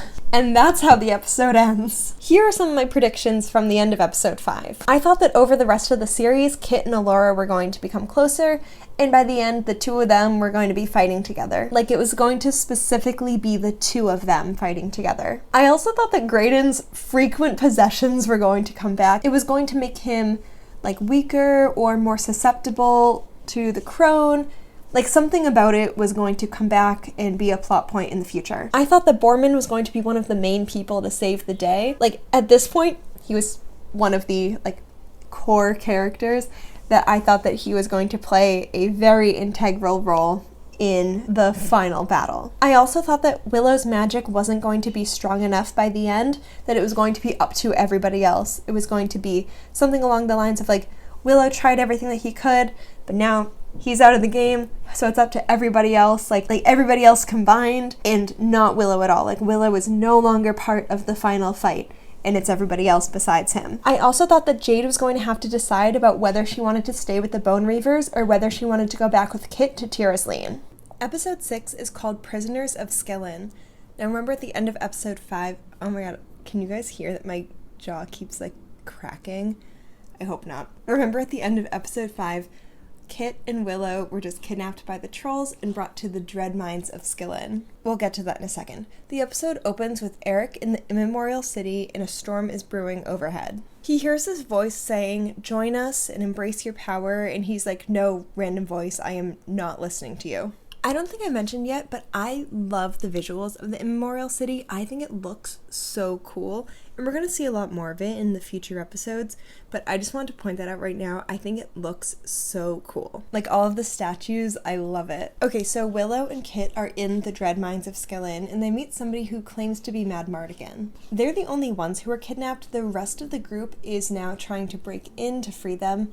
The rest of the group now plus Scorpia. She's with them now. I forgot to mention this, but it was discussed in an earlier episode that Borman had previously escaped from these mines, which is like impossible. Nobody ever does that. Which is why they're like, great, Borman is here, so he'll be able to help us get Kit and Willow out. But he's like, no, the way that I got out was like a once in a lifetime chance. I'm not going to be able to do that again. And it's not some like hero's story. So it is so unlikely to get out of these mines. The concept of all of us being able to get out is so unlikely. In an attempt to get Kit and Willow back, they break into the mines. Graydon tries to talk to Alora, and he's like, can we talk about what's going on between us? And Alora's like, does this look like the time or the place? If you're asking if I'd rather have this conversation in private than in a mine full of vicious trolls, 100% that's an easy yes, but who knows when that'll be? Or we could just not talk about it? Some weird things are happening. There's this like glowing orange liquid. Also, Alora's wand is glowing even if she's not like doing a spell or anything. And actually the wand like doesn't work when she tries to do a spell. But when she sneezes, it does create an effect. So she does have that magic in her, what can I say? The trolls realize that the group, including Alora Dannon, has entered the mines, and so they leave to try to find her. And Willow says that the guy that's with them, who claims to be Mad Mardigan, is not Mad Mardigan. His name is Allagash, who's a friend of Mad Mardigan. Some lore is dropped here. Previously, Borman said that Mad Mardigan was betrayed by others in search of the Chimerian Cuirass, but Allagash tells Kit that Borman was the person who betrayed them all. Now Kit's like, who is this guy? Scorpia says that after this, Jade now has the choice between staying with the Bone Reavers or staying with Kit, and she's gonna have to make that choice, but Scorpia understands that like it's Jade's decision to make. Kit is able to escape, and she's able to free Allagash and Willow in the process. Allagash tells her that Mad Mardigan is like technically captured in Skellen, but he won't physically be found. Kit says that she won't leave the mines until she finds her father, so Allagash says that he will help. The rest of the group disguises themselves as trolls until Graydon is accidentally sent on a mission by one of the trolls, so he's now off doing his own thing. But everybody else is eventually able to ditch the disguises, and at one point they're on this really high wooden bridge, which, okay, my note here was that like everybody else was just taking these like steps. Have you ever been on a wooden bridge and you're like, I don't know how secure this bridge actually is? I mean, I've never been on one that's like stories high. I may have been on like a wooden bridge that's like over a small river. I'm picturing those kind of ones. But this one is very high up, and everybody's just taking steps. And then Jade just jumps, like both feet jumps. And I watched it, not to blame Jade here, but like, yeah, when you jump like that, that puts a different amount of power in the landing than just a step. I watched that and I was like, well, yeah, that's why you don't jump on an insecure bridge. An insecure bridge. What do you actually think it is? Give another go. I don't know. Maybe the bridge is insecure. Anyway, while pulling Jade back up, Alora drops the wand that Willow gave her. Jade, Alora, and Borman, they're together at this point.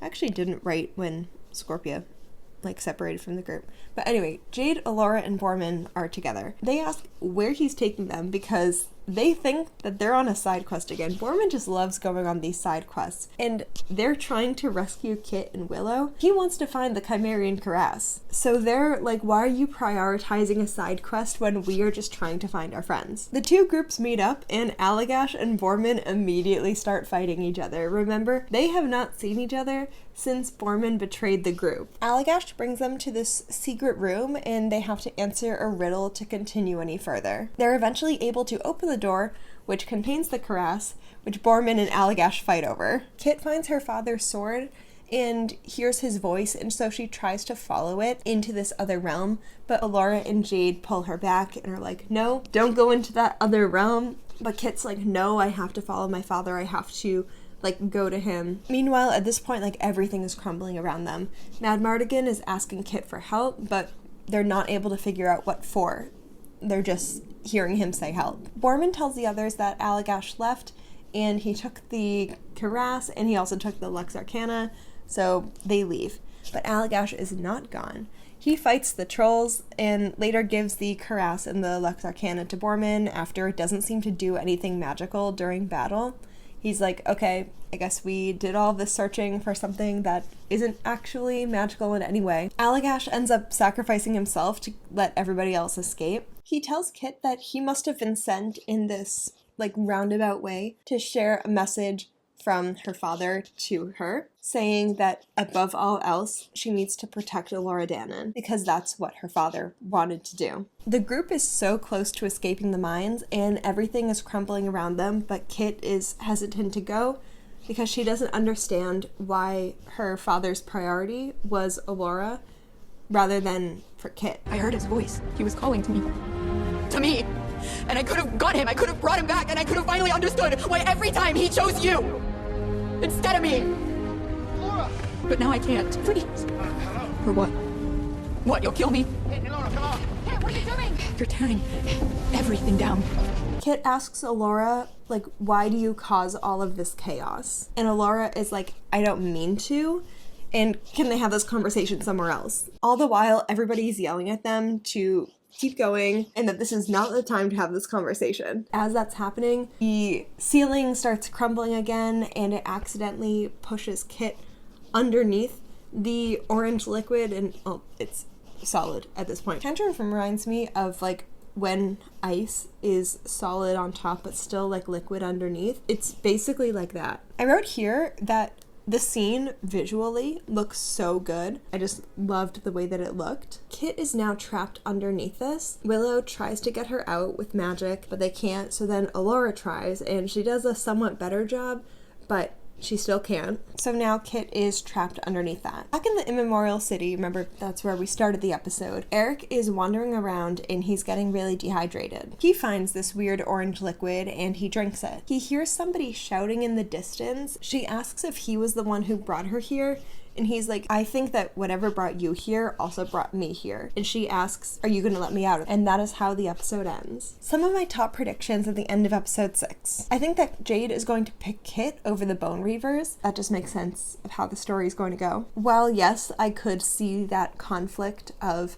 like finally finding her family, I don't know, I could not see the story going in any other direction besides Jade choosing to stay with Kit. Also, at this point, I think we've only seen Elora use magic with a wand, and so I had a prediction that Elora has the magic in her the whole time and doesn't need a wand, that eventually she's going to just be able to use it with her hands or with her mind, something like that. I had a prediction that Kit was going to have some sort of interaction with Mad Mardigan, and that was going to resolve things and also convince her to protect Elora. I wasn't sure if this was going to be like a physical interaction or another little voice interaction. I knew that the original actor who played Mad Mardigan wasn't in this series. I wasn't sure if there was going to be some like body double or something like that, or if it was just going to be the voice again, but I thought that there was going to be another interaction. At the end of the episode, when we meet the girl that's in the Immemorial City with Eric, we don't know who that is yet, so I had a prediction that the person that Eric just interacted with was somebody from the movie. I didn't know who yet, but I just felt that that was the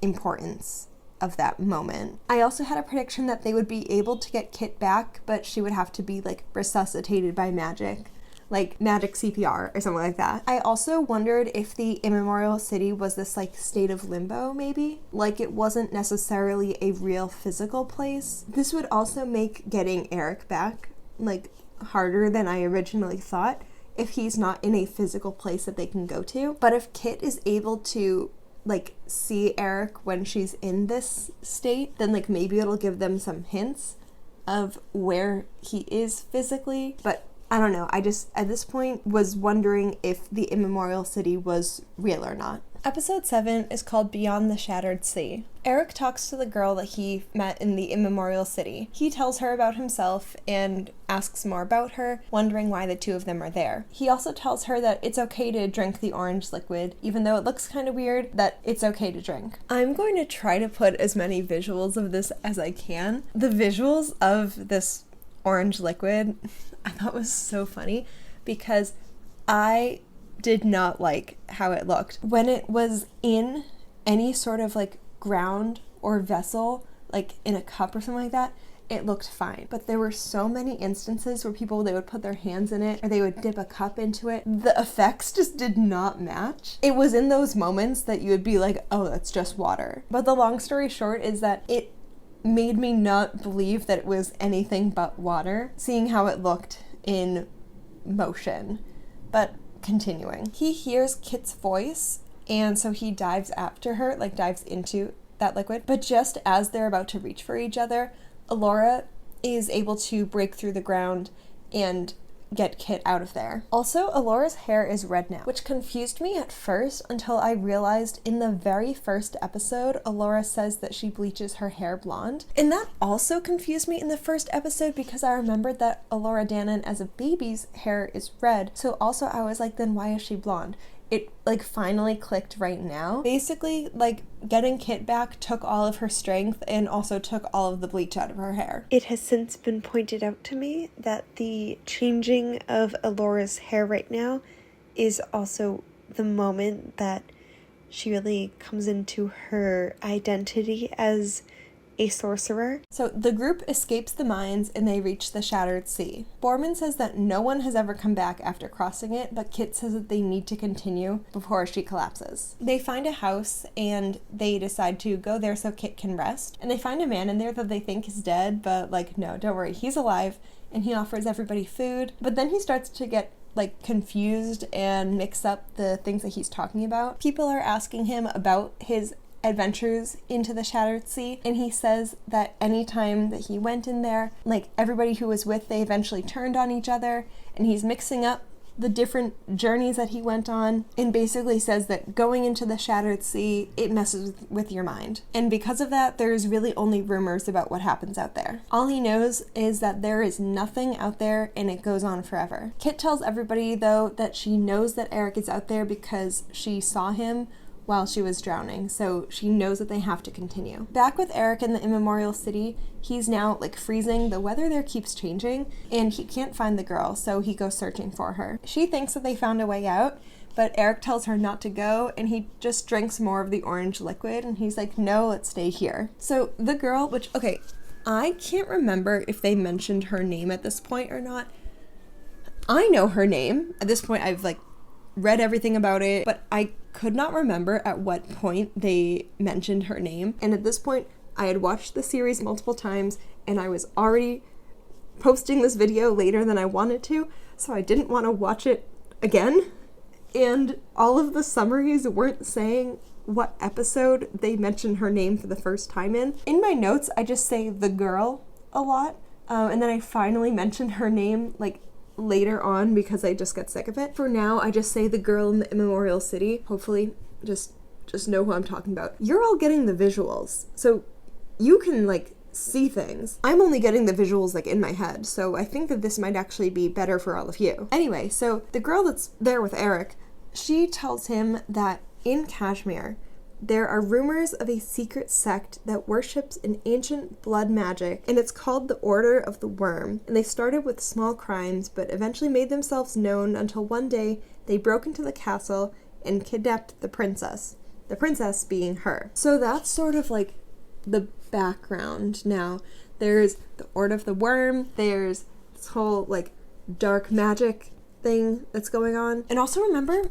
in the first episode when Graydon read that thing on the wall about the harbinger of the worm, which I realized that I like mispronounced harbinger. I definitely thought it was harbinger. Apologies, I don't use that word in my everyday vocabulary. Wait, Google is saying it's pronounced harbinger? I could have sworn in this series they're pronouncing it like bring, like somebody who brings something. The harbinger of the worm will come. You shall be his harbinger.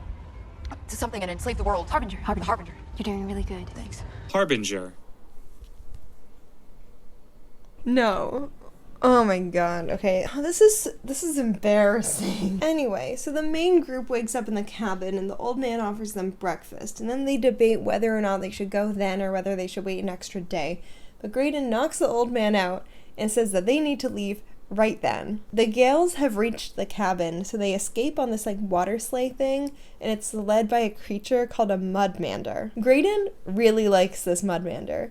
I shall name you Kenneth, after the protagonist of the romantic farce I'm writing. The Gales chase after them, and once again, everybody is fighting. You know how I said that I'm tracking like who's using magic?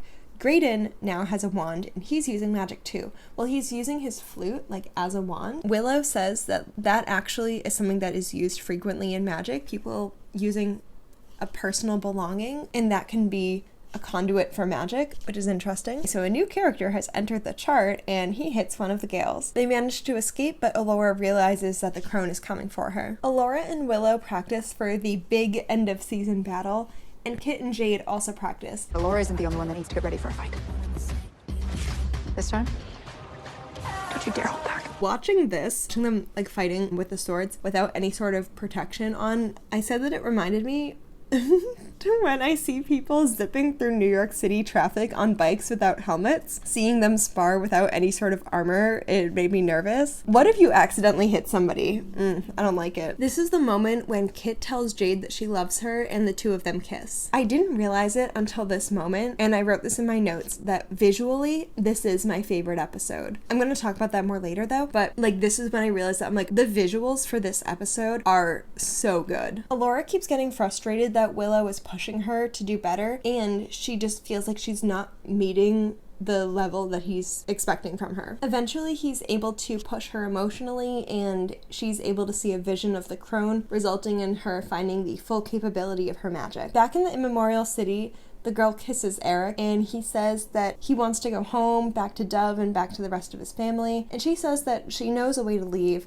and she's actually been here for a very long time, but she didn't want to tell him because she wanted to make sure that he could be trusted. That's when he realized that she's the person who brought him here. She tells him to forget everything he thinks that he knows about good and bad because she is going to show him the truth, and he runs away. Lore time, what is the worm? I'll tell you because Kit asks Willow about it. Willow says that the worm feasts on the magic of the universe and is waiting to be freed back into this world to unleash chaos. Meanwhile, Willow has a vision of Mims needing help, which deeply worries him. Graydon also realized that Kenneth is getting depressed the farther that they go into the Shattered Sea, and Allura thinks that it's because they're getting closer to the Immemorial City. Kit and Allura talk, and Allura says that while she isn't sure why Madmartigan did what he did, she is sure that he loves Kit. And Kit says that she was jealous of Allura, and the two of them resolve their differences. Again, I'm gonna talk about the visuals of this episode later, but this was also one of my favorite visual moments of the series. I just loved this episode so much. Borman puts on the cuirass and puts in the Lux Arcana, and it doesn't do anything, which frustrates him because if it didn't work for Allagash, and it doesn't work for him, at first he thought that it didn't work for Allagash because maybe he just wasn't worthy of it. So then that's why it would work for him, because he's worthy of it. But if it doesn't work for him, then, like, it must not do anything. He thinks about all of the relationships that he lost in the process trying to find this, and was that all just in vain? Willow once again hears Mim's voice. It's a nightmare of her saying that she isn't safe. So when Willow wakes up from it, he realizes that he needs to go back for Mims. He can't keep going on this quest to find Eric, and he can't stay. He needs to go back to his family. Allura says that she needs him here, and these are just visions coming from the crone, trying to mess with his mind and separate the two of them, so the two of them are less powerful. Like, they need to stay together. Meanwhile, Graydon sets Kenneth free so Kenneth can go back, and this makes Borman really mad because the reason that they were able to cross the Shattered Sea was because they had Kenneth, and now they have to do the rest of this on foot. They're able to walk across it, but also in other moments it felt like water. But anyway, at this point they're able to walk across it. But also earlier, Willow did tell them that they had to walk across the Shattered Sea, so Allura's like, no, this is what we have to do. And she says that she can feel that they're close. Eric, who's dehydrated again, this time is given the water through a cup. Like, it is not fed to him because it's water. What is the equivalent of something being fed to you but it's water? Anyway, I will hopefully be able to put in the visual here because this is what I was talking about the visuals of the water. Anyway, so he tells the girl to do whatever she wants, and she tells him to not be afraid. And and that we've got you now. Graydon tells Alora that once they go to the immemorial city, he knows that she's going to choose Eric, but he loves her and he just wanted her to know that. They reach the end of the Shattered Sea, and it's just this huge drop. The group decides to turn back, but Alora's like, no, we can't turn back, because she has seen a vision of the future, and it involves them going to the immemorial city and fighting the crone, so they need to go there even if it results in her death. But still, she says that she doesn't want to be Alora Dannon. She didn't choose this, and Kit is like, well, we don't always get to choose who we are and what our life is, but you also can't let that fear stop you from doing things. And so the two of them together jump off of that cliff. They land in water, which ends up being in the immemorial city. Well, really far from it, but at least in the same realm as the immemorial city. So they have a lot of walking to do, but at least they're there. They finally get to that spot with the orange water that Eric has been in, and they see him with a haircut. Here are some of my predictions from after episode 7. I predicted that Graydon was going to be one of the main magic people at the end. At this point in the series, it was really only Willow and Alora, but I thought that we were really going to see an increase in Graydon using magic. I thought that Eric was going to be under some sort of like manipulation because of what he drank, and that also he'll convince Kit and Alora to drink it too. This is what I was talking about earlier.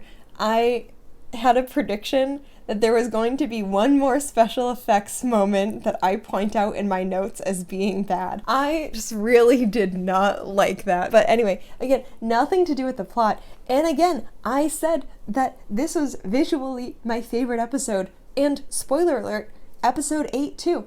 These last 2 episodes were visually my favorite, and really the last 4 in general. But it's the effects of the orange water. I just could not get over that. I predicted that the girl that Eric is with is the one who's really pulling the strings to get everybody there. She wants everybody to be there and everybody to be in the same place for a reason, and she's the one who's doing that. I didn't know who she was though.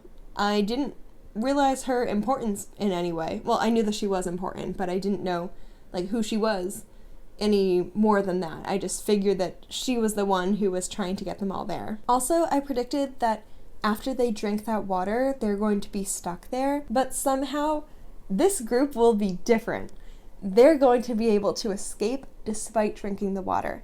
Maybe because not all of them do it. Like, if all of them drank it, then they'd be stuck there forever, but the fact that maybe not all of them do, that's what makes them able to escape. I did predict that both Kit and Alora would drink it, but maybe that nobody else would. So my prediction was that if they drank it, they would be stuck there, and it would take a lot to get them out. Episode 8, the final episode, is called Children of the Worm. This episode starts where the previous episode ended, with Kit and Alora seeing Eric in the immemorial city. Behind them, the Gales appear, blocking the exit, so they're stuck. Eric says that he's so glad that the two of them are here because the crone isn't as bad as they thought, and he's so excited to introduce them to her. Kit says that the crone is just using Eric, and using him in particular because she needs Bavmorda's blood to be the no. Get your hand out of your ass. Say it right. Harbinger. Now you're just making shit up. Harbinger. The hell is wrong with you? Of the worm. You're doing really good. Thanks. Get your head out of your ass. Say it right. Kit says that they don't want to talk to her. They just want to bring Eric home. And Kit says that they cannot leave without talking to the crone. Jade and Graydon, well, everybody else is still at the Shattered Sea. And Jade and Graydon decide that they're going to jump after Kit and Alora. Well, no, first, Borman and Willow stop them. Willow says that maybe this battle was meant to be fought by just Alora and Kit, and maybe the rest of them weren't meant to follow, especially because Kit is meant to be Alora's protector in place of Mad Mardigan. But Jade is like, well, who's meant to be Kit's protector? Me! And so she jumps. Willow says that he's proud of Graydon and that he's going to be a great sorcerer, and then Graydon jumps. Borman also jumps, but Willow is like, no, I need to go back to my daughter. Eric brings Kit and Alora into the temple where they see that orange liquid. So remember, they saw it in the dread mines of Skellen, so they know it from like over there. They ask Eric if he's been drinking it, and he's like, yes, because it's the nourishment that he gives to us. When Alora asks who he is, the crone appears and says, the worm. The crone being the girl, whose name is Lily, who I'm going to call Lily from now on, because at this point it's the final episode. So they must have mentioned it at this point. Eric says that they're going to free the crone so she can be the harbinger of the worm and bring a new age of light into the world. Neither Kit nor Elora have a plan of what to do. So they follow Lily into this portal where everything seems to be like super good and fantastical. They're in complete disbelief that any of this is real, but also just like the concept that all of this, like, everything that they want is within their reach at this point. Outside of that fantasy world, Graydon, Jade, and Borman have landed in the Immemorial City, but similarly in the distance. 4 episodes ago, when I said that there was a storm brewing, they also see that storm, and they see that it is going towards the temple. They go there.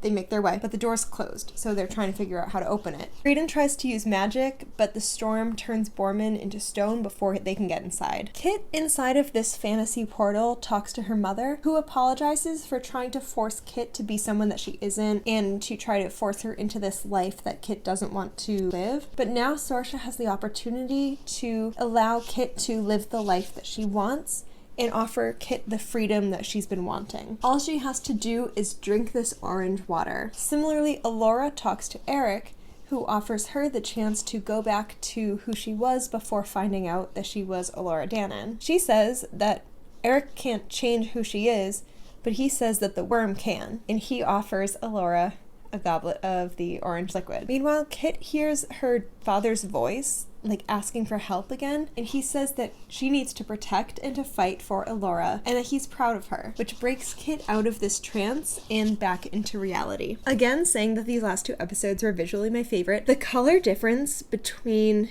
when these characters are entranced by the fantasy, and then also when Kit realizes that this isn't real, or at least that, like, they're under this sort of spell. There is such a color difference that they've done, and it's very drastic. It's not even a, like, fades one to the other. It's very noticeable, which I thought that was really interesting. I really like that.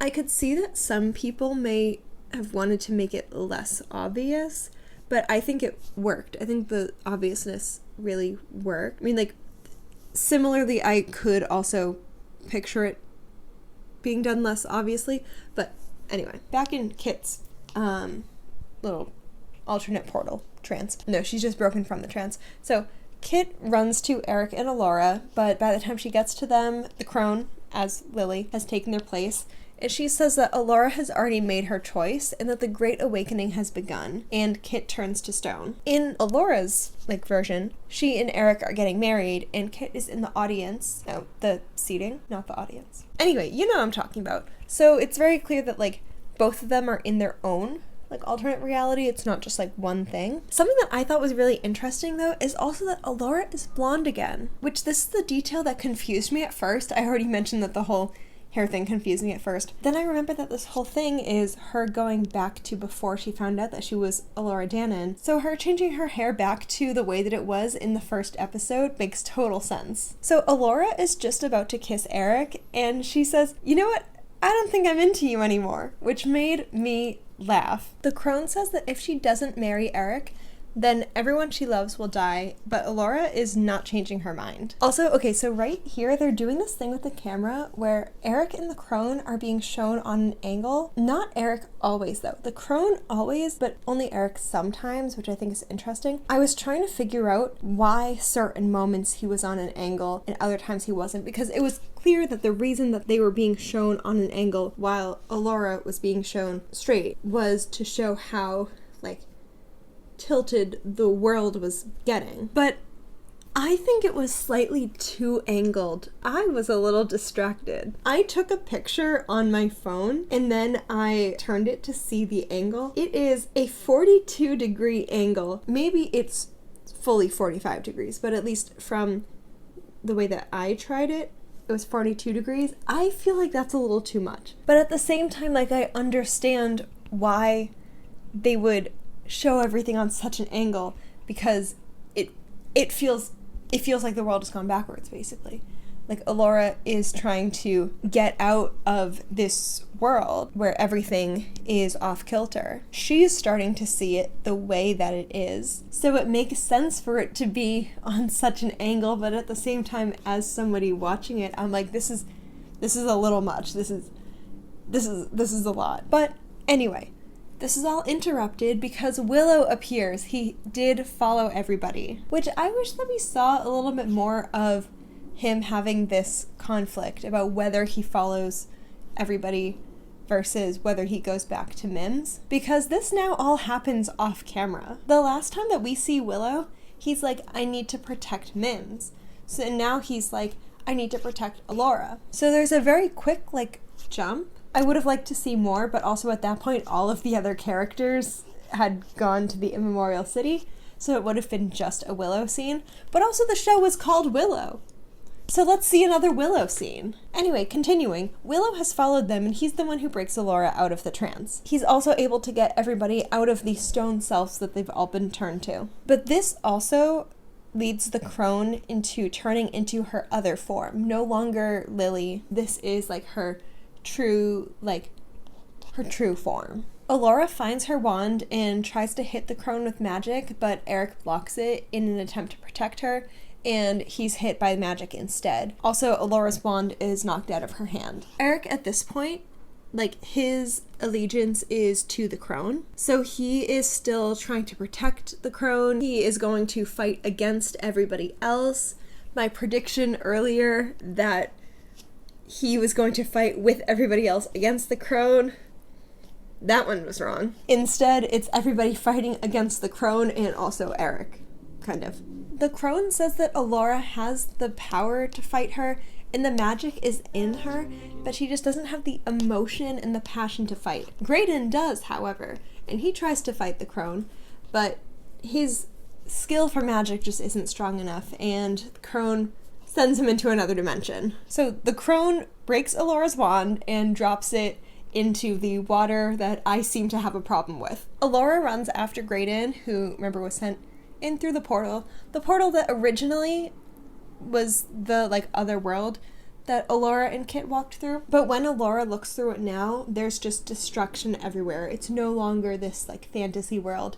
It's just, there's nothing. That's what Graydon was sent into. Throwback to, like, 30 seconds ago, when the crone said that Allura didn't have the passion or the emotion to fight.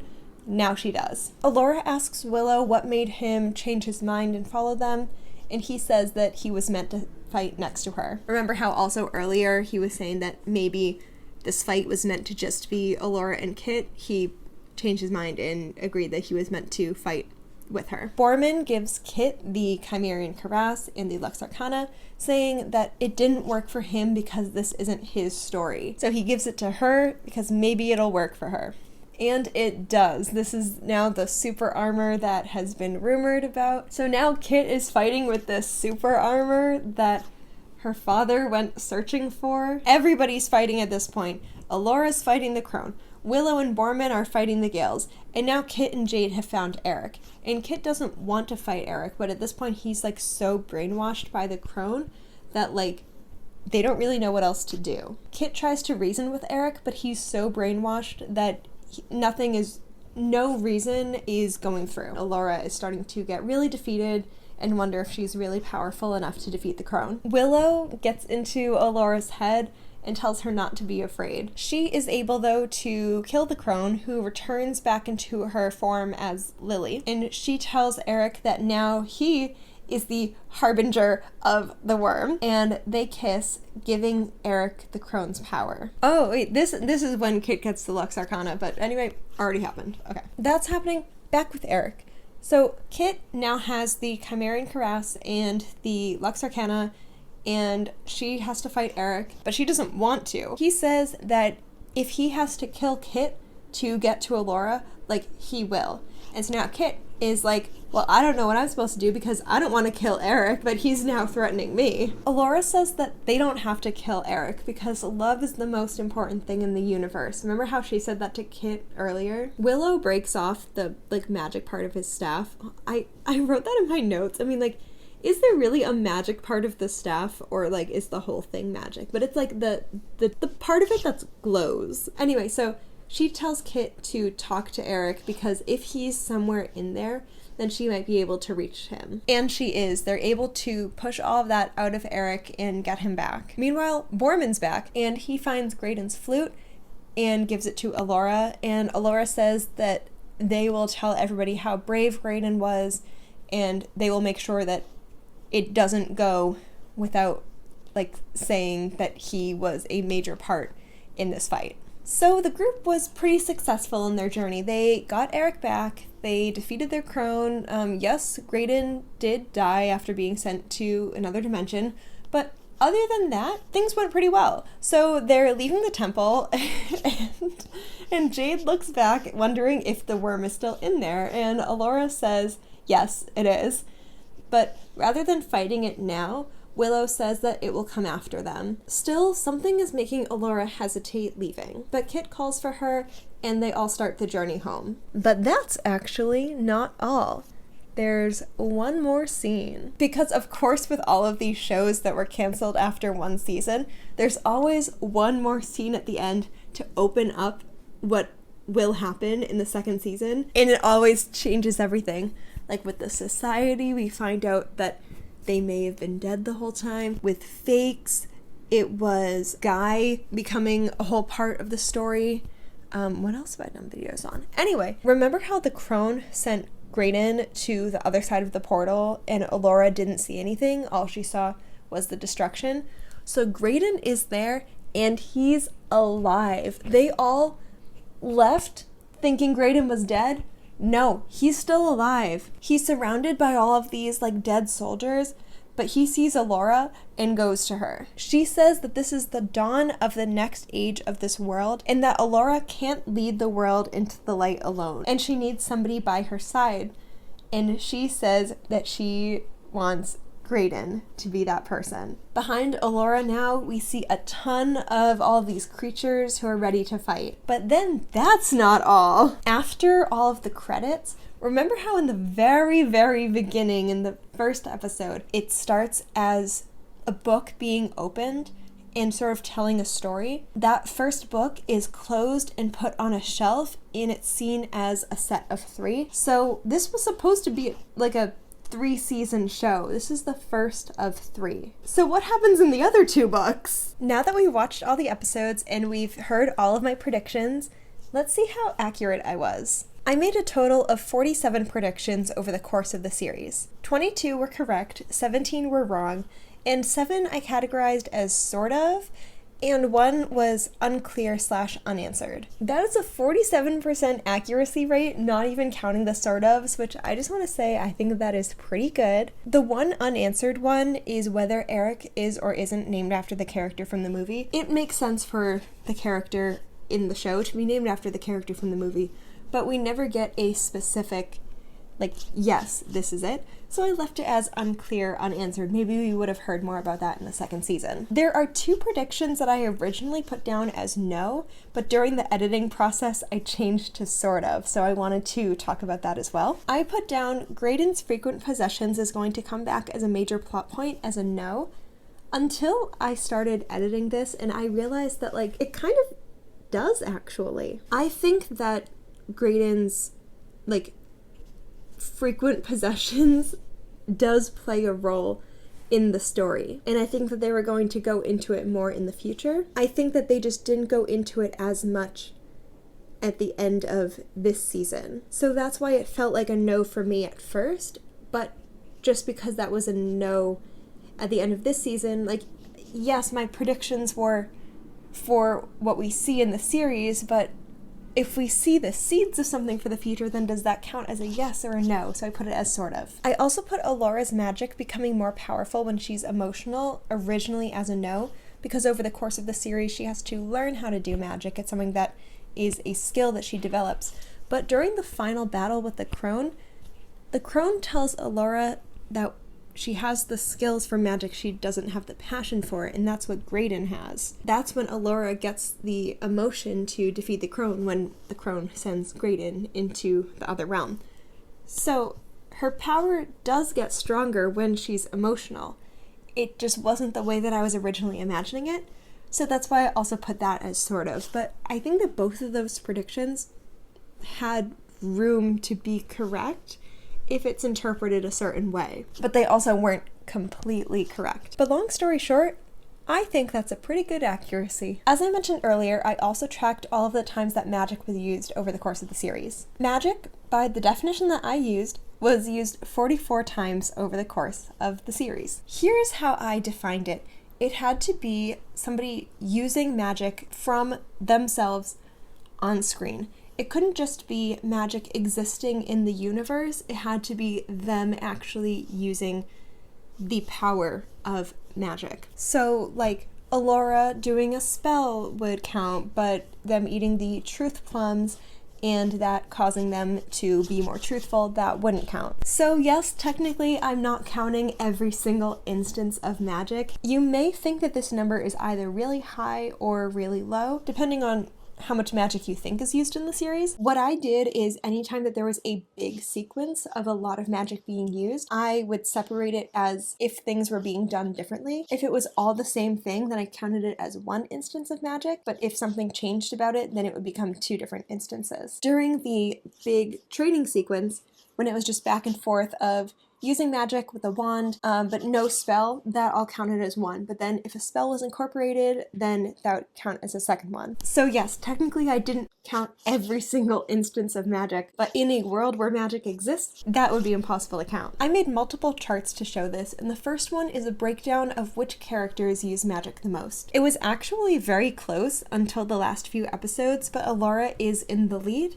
followed by Willow and then Graydon. The crone is a really low number solely because, again, I only counted it as people that we actually see using magic. Technically, the crone's magic is used a lot more, but just not in the way that I was tracking. Oh, I didn't put my other chart in there. So I guess I'm just gonna put it on screen actually. I also did a chart of how much magic was used per episode. Just based on my definition of magic, there were no instances in episode 1. I may have missed things, but I really tried to make sure I got everything. There's magic in the universe, but we don't actually see anybody using magic like that until Willow and Allura start using it in the second episode. As you can imagine though, magic was used more and more throughout the series, but it was very interesting how much of an increase it was in the later half of the series. More than 75% of magic being used in the series was in the last 4 episodes. The whole reason why I categorized using magic the way that I did was because I did a yes-no for 2 different things, whether a wand was used or whether a spell was used. The whole time, it stayed pretty much 2/3 yes, 1/3 no. And the weirdest thing is that whether a spell was used was very similarly, now it's a little less, but for most of the time, it was also 2/3 yes, 1/3 no. But a lot of the times, it is not yes, yes, and no, no. A lot of times a spell is used and not a wand, and a lot of times a wand is used without a spell. So the fact that the numbers stayed very consistent throughout the entire series, I thought was incredibly interesting. By the end of the series, there were more instances of a wand being used rather than a spell being used. So it would be a yes for wand, no for spell, solely because of how many times there were fighting sequences with wands and not necessarily spells. But that's just sort of how the series portrayed magic at the end. I thought that that was super interesting and I wanted to share. I also love making like graphs out of the things that I'm watching, and I hope that other people think that it's interesting too. This is the part of the video where I talk about what I would like to see if I was involved in the creation of season 2. Since we as the audience know that Graydon is alive, I don't think that I'm the only person who would like to see him turn into an antagonizing force against the main characters. Would he necessarily be the antagonist of the second season, or would he just be like a secondary antagonist? That I think would really have to be how much of the crone's influence is going through Graydon but that I would like to see. I think that would be really interesting. So at the very end of the final episode, we see Graydon choosing to follow Elora when she says that she needs him to help her save the world. This is mirroring what Lily said to Eric and also what Eric said to Elora and Kit. So this is sort of the storyline that I had in mind. It would start with Graydon returning to the group and they're all like, wait, we thought you were dead. But also realizing that maybe he has a bit more magic in him than they thought. Maybe there's a little bit of suspicion at that point, but they're just really happy to see him again. Graydon is also like, I saw the crone in her full power. We really need to prepare for the next battle. So Willow takes a lot of time training him, which makes Elora a little bit jealous because she's like, wait a second, like I thought that you were training me. We've seen Elora be jealous in the past, so I think that that would be in character. She would feel a little pushed aside and like Graydon is the new favorite, but really this is Graydon influenced by the crone's magic and starting to learn everybody's weaknesses, both physically and emotionally. And this would be used later in the season. Eventually they would realize that this isn't the real Graydon, perhaps at the end of the season, in that big end of the season battle. Maybe would somebody have to sacrifice themselves to bring the real Graydon back? That I don't know. I also think that we would get an answer to why Graydon was possessed so many times. I think that learning about that in season 1 might be foreshadowing for finding out the answer in season 2. Was he predisposed to it in some way? Did his parents make some sort of deal with somebody? Like, did his parents make a deal with the crone to protect their kingdom in exchange for their son's soul or something like that? That would be so interesting. I was also thinking about what I would want the season 2 storyline to be for Kit and Jade. All I know is that I did not want a love triangle and I did not want one of them cheating on each other. I felt like both of those were just very basic and also overdone, and I also did not want either of them being killed off. I was not going to do that. So I was trying to think of a storyline that was beyond just the two of them and something societal. And I think that what I would like to see is bringing their families into play and the choices that they would have to make. Because in season 1, we do see a bit of conflict between Tyr Asleen and the Bone Reavers. I'm thinking of some sort of conflict between Sorsha and the Bone Reavers, so she's no longer letting them do this you do your own thing that's happening right now. Either that or the return of Jade is what sparks the Bone Reavers into saying, we want the rest of the kids that you stole from us. And Sorsha refuses. Or maybe separately, the King of Galadorn wants the land that the Bone Reavers are on. Anyway, so there will be this big conflict, and so Kit and Jade are sort of caught in the middle of it. They'll have to decide whether they can separate their families and everything that they were raised to believe and everything that they now believe, whether they can separate all of that for the sake of their relationship, or whether all of these outside influences are going to affect them in any way. I think that would be interesting because I think that that's beyond just a relationship drama. I felt like I didn't want to do that. I think that having these characters be caught in the middle of a greater thing, that then they have to decide whether they can push it aside or whether it's too big to ignore. I think that that would be really interesting just to see how the two of them navigate that. Let me talk about my likes and dislikes in this series, and I know that I talked about some of them earlier, but let's just summarize it all right here. My favorite episodes were definitely the latter 4 in the series, episodes 5, 6, 7, and 8. I think that I actually ended up cutting this when I talked about it earlier, but the directors and the cinematographers in this series each did 2 episodes, so 1, 2, 3, 4, 5, 6, 7, 8. And I did wonder if that had something to do with me liking the latter 4 episodes, whether there was something about the direction or the cinematography that I just happened to be drawn to more, or if by that point I was just more involved in the story and the characters. It may be a combination of both. The last 2 episodes were particularly my favorite, both story-wise and also visually. Some of my favorite visual moments were the Kit and Jade kiss, where it's the silhouette against the sunset, the Kit and Elora scene, where it's just blue and purple and the stars. And this really got me thinking about lighting for TV, the theatricality of television lighting, because my background is in theater. So I know a lot about theater lighting. The colors in that scene just felt very theatrical for me. And so I think that that's why I was particularly drawn to that, also because blue and purple are my favorite colors. I also thought that the soundtrack got a lot more cohesive as the episodes went on. I made some notes in the early episodes that sometimes it felt a little disjointed when suddenly music started playing, but my notes in the later episodes, particularly in the last episode, I started making notes when it was working really well. My favorite fight scene was the training scene when both Elora and Graydon were figuring out magic, and also when Kit and Jade were sword fighting. I thought that that was particularly really fun to watch. It felt like everything in the entire series was really coming together, and like everything that they've been talking about and everything that I've been watching, and just everything was finally coming together for the inevitable end of the season big battle, both storyline and visually. I think that was one of my favorites. All of the main characters had a lot of depth, and it made them very interesting. No one was very one-dimensional in my opinion, especially out of the main characters. I think that all of them really had something to them, that I understood the conflicts that they had. There was always something to them. It wasn't just like there was one character that just was there. No, I think all of the main characters, there was really something. I did like all of the callbacks to the movie, which I know I mentioned earlier, and I would have liked to see more of that in the future. I think that while I did complain about that a bit, I think that it was good for the amount of time that they had, and I think that if the show continued for another season or two, I would have liked to see more callbacks. But I think that if you liked the movie, or at least if you knew of the movie, then you would probably have some appreciation to the callbacks. If this was like your favorite movie, then maybe you would be like, this wasn't enough, or they didn't do enough of this. I will say that for a show called Willow, it wasn't Willow's story. It's acknowledged that it is Kit's story. Didn't work for me. Didn't work for Allagash. But it's gonna work for you. I finally figured it out. This isn't my story. It's yours. You're the one. And all you gotta do is believe in yourself and you will be unstoppable. But also, it's like Alora's story. It's not as much Willow's story as the movie was. To which, if that's the case, then the name is just there for, like, continuity of the franchise. I mentioned earlier that there are very few ways to watch this, and I appreciate all of the people who made this accessible to be able to watch this. If somebody is able to put captions on this, don't have me do it, because I had to rewind things so many times to be able to understand what was happening.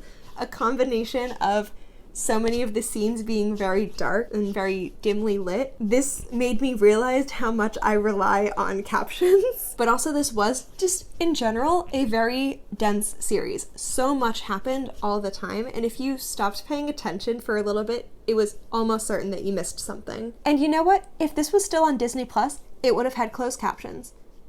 Most likely. So, final thoughts. This took me a lot longer to make than I thought. Between just generally getting very busy, having to re-record a bunch of times, rewatching the series to make sure that I really got all of the information, that I could really tell the story of the series, I learned a lot of things about myself, and one of them is that I don't like writing conclusions for these videos. I like making the videos, I like talking about shows, and I'm starting to like talking in front of a camera, but I don't like writing conclusions. It's kind of like when you're writing a conclusion for an essay. I mean, I guess these technically are video essays, but it's the knowing that everybody else is going to be watching it too. And you just like feel this pressure to really get everything that you haven't said the entire video and really tell the entire story of the show and make sure you put everything in there, and there's just a lot of pressure, especially when there's such a big fandom of the show. So it took me a really long time to make this video because really I was just afraid of writing this part of the video. I felt like no matter what I say here, it just wasn't going to fully encapture what a loss this show was when it was taken off of Disney Plus. For example, let's talk about Kit and Jade's relationship, since that's something that I see most often talked about online. I would have loved to see the series explore their relationship further in a future season, especially with it being on a Disney streaming service. Like, okay, I don't know the number exactly, but I'm just going to guess that there are not a lot of lesbian relationships on Disney, so it would have been really cool to have that representation on such a large platform. Warwick Davis tweeted on October 14th, 2023, so 5 months after the series was removed from streaming, "I meet lovely people on a daily basis who are fans of Willow, who are the reason that Disney Plus series was made. Please tell me, at Walt Disney Company, what do I say to these subscribers when they ask why they can't watch the series anymore? #embarrassing. And I do think it's embarrassing because I think that this was a good show, and I think that it is a loss that it's not on Disney Plus anymore. Because, okay, so not just story-wise, character-wise, everything that I've talked about earlier, but I feel like two major conversations that are happening in the TV sphere right now, or at least in the TV watching audience sphere, is that people are asking for shows that have more diverse casts and also shows where the diversity is not the source of the character's struggles. And I think that this show is like an answer to that call. So I think that's another reason why it would have been great to see the show go further, and that having that not on the Disney Plus platform, you have to go out of your way to find the show now. If it was still on Disney Plus, then it would be in people's recommendations. More people would be able to watch it, but now you really have to go out of your way. It needs to be word of mouth. It needs to be found on Tumblr by somebody else reposting it. I haven't been on Tumblr in years, but I know it's pretty popular there. I know that there's a lot of shows over the years that just either haven't made their way to streaming services or have been removed from it, and so it's up to fans to upload them online so other people are able to watch it. And it really makes me like annoyed that that is where we've come to. All of the people who worked on the show, they should have like public record of the stuff that they worked on. And the fans who have left that show, it should not be that difficult to watch the things that they love. And I especially think that the idea of Disney Plus removing a bunch of shows from their streaming services to be a tax write-off, like that is just like really sad in my opinion, because as an audience, like for us, all of this, like, yes, it's a business, but for us, it is like art and entertainment, and it just sort of reminds you how much of a business this really is. And yeah, that just makes me a little sad. It's frustrating. But moving beyond that, this is not the usual genre of shows for me. I'm usually not a fantasy adventure person, so I really wasn't sure if I was going to like this show. I had a feeling that I would like it at a certain level, but I wasn't sure how much I was going to like it. And I did really enjoy it. So then I started wondering, like, have I been closing myself off to the genre the whole time? Have I just been like telling myself, oh, I don't like this? Like, did I actually have any examples of me not liking it? Maybe I should watch some more. Maybe I should see. Or what if it's just this series? What if I like really don't like it? Anyway, so maybe I'll watch some more series in this genre. We'll see. Also, to sum everything up, while yes, I did just give you a like 2-hour summary of the TV show and also of the movie, there are also things that I didn't talk about. So if this sounds interesting to you, I really recommend watching the show and watching the movie. The movie is still on Disney Plus. It's just the TV show that isn't. So yes, I do recommend watching it if this sounds like something you're interested in. And while I don't see a second season coming anytime soon, at the same time, like, how many years went in between the movie and the series? How many people thought that nothing was going to be a continuation of the series because there was no sequel happening immediately after the movie? So how many people thought that, oh, that's it? I know that yes, there were some bits of media in between the movie and the series. I know that, but I'm talking about the two major things right now. So even though I don't necessarily see a second season coming out, I would at least like to see it back on Disney Plus.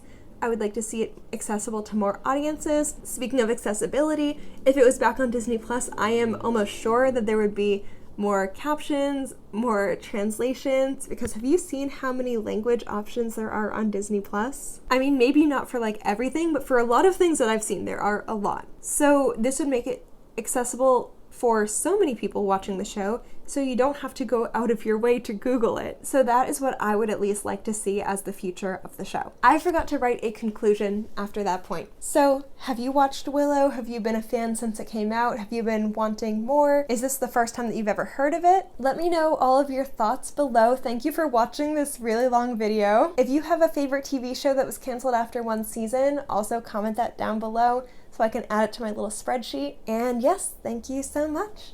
Thank you for watching. Have a great day. Bye.